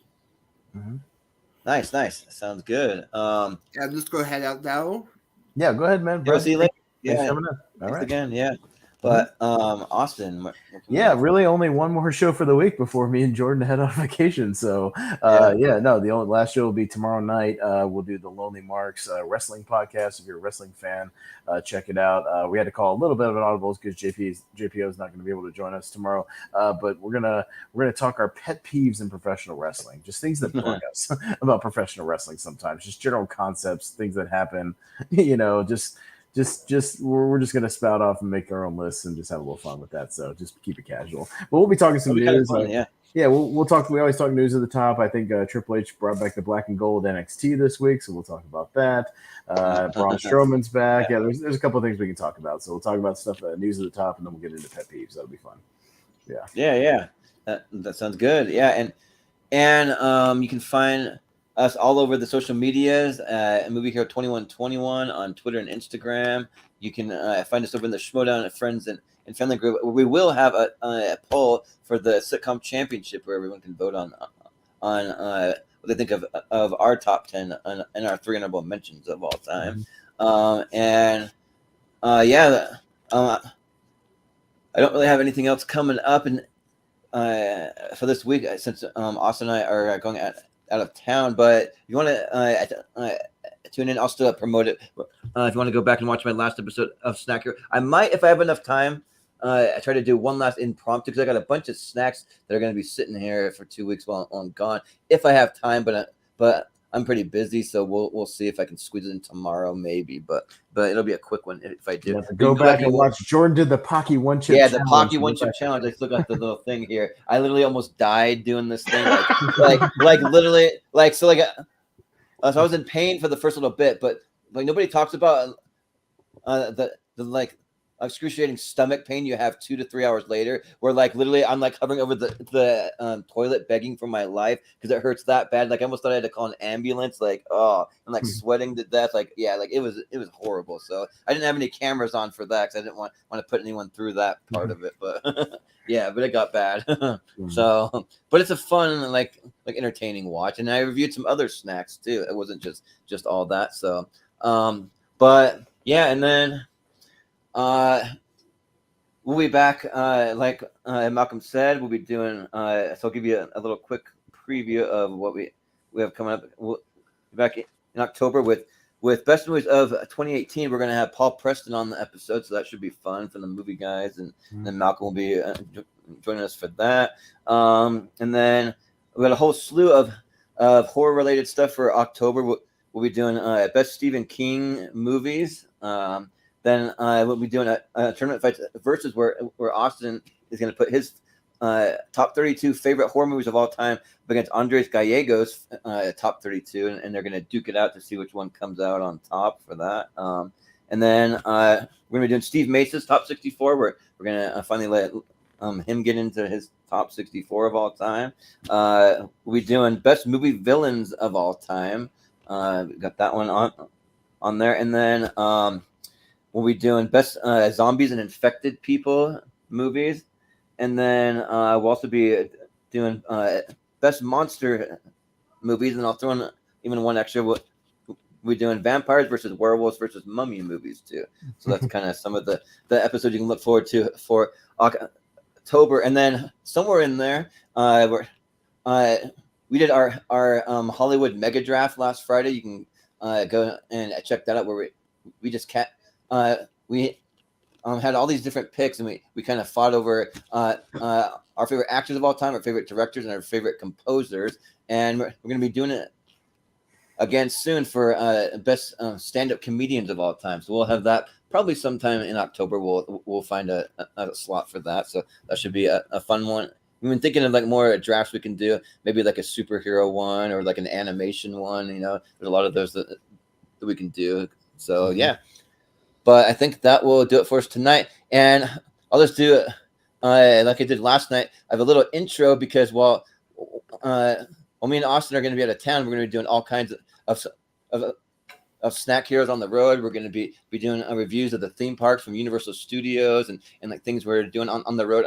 I'm going to be documenting this trip literally from beginning to end. So I'm going to have on the road vlog and like when I wake up and like getting on the airplane and like meeting Austin for the first time in person. And like, we're going to be doing some fun stuff because I want to, I try to do some travel vlogs because traveling is a big passion of mine. So I'm just going to bring the camera with me and we're going to film it all. It'll be fun. And we're doing some live videos, and then I'll have some footage that I'm going to bring home and I'm going to edit and maybe put it out 2 to 3 weeks later and like add some music and and special effects, that kind of thing. So watch for that. So make sure you hit the bell to go live. We might do some stuff in the car while we're driving. Who knows what we're gonna do? Yeah, we never know when we'll go live on this trip. Yeah, it's a little fun. So tune in. And also, Jacob Barber is a partner in the channel. He has access to this channel, so he might be going live with JPO for some surprise content. I don't know what they're gonna do. You just said if you want to do something, as long as it's not too crazy offensive, do whatever you want while we're gone. So Well, yeah, Ed's said he's doing a Tim Burton tier ranker on set. Oh yeah, that's right. Yeah. So yeah, tune in for that if you want to. Tune in for that for sure. So we'll go out to the little intro, but for the Z-Man, Zaddeus, for Malcolm, for Austin, for Chase, for Brian, I've been Jordan, the TV/movie hero Anderson, and we'll see you next time.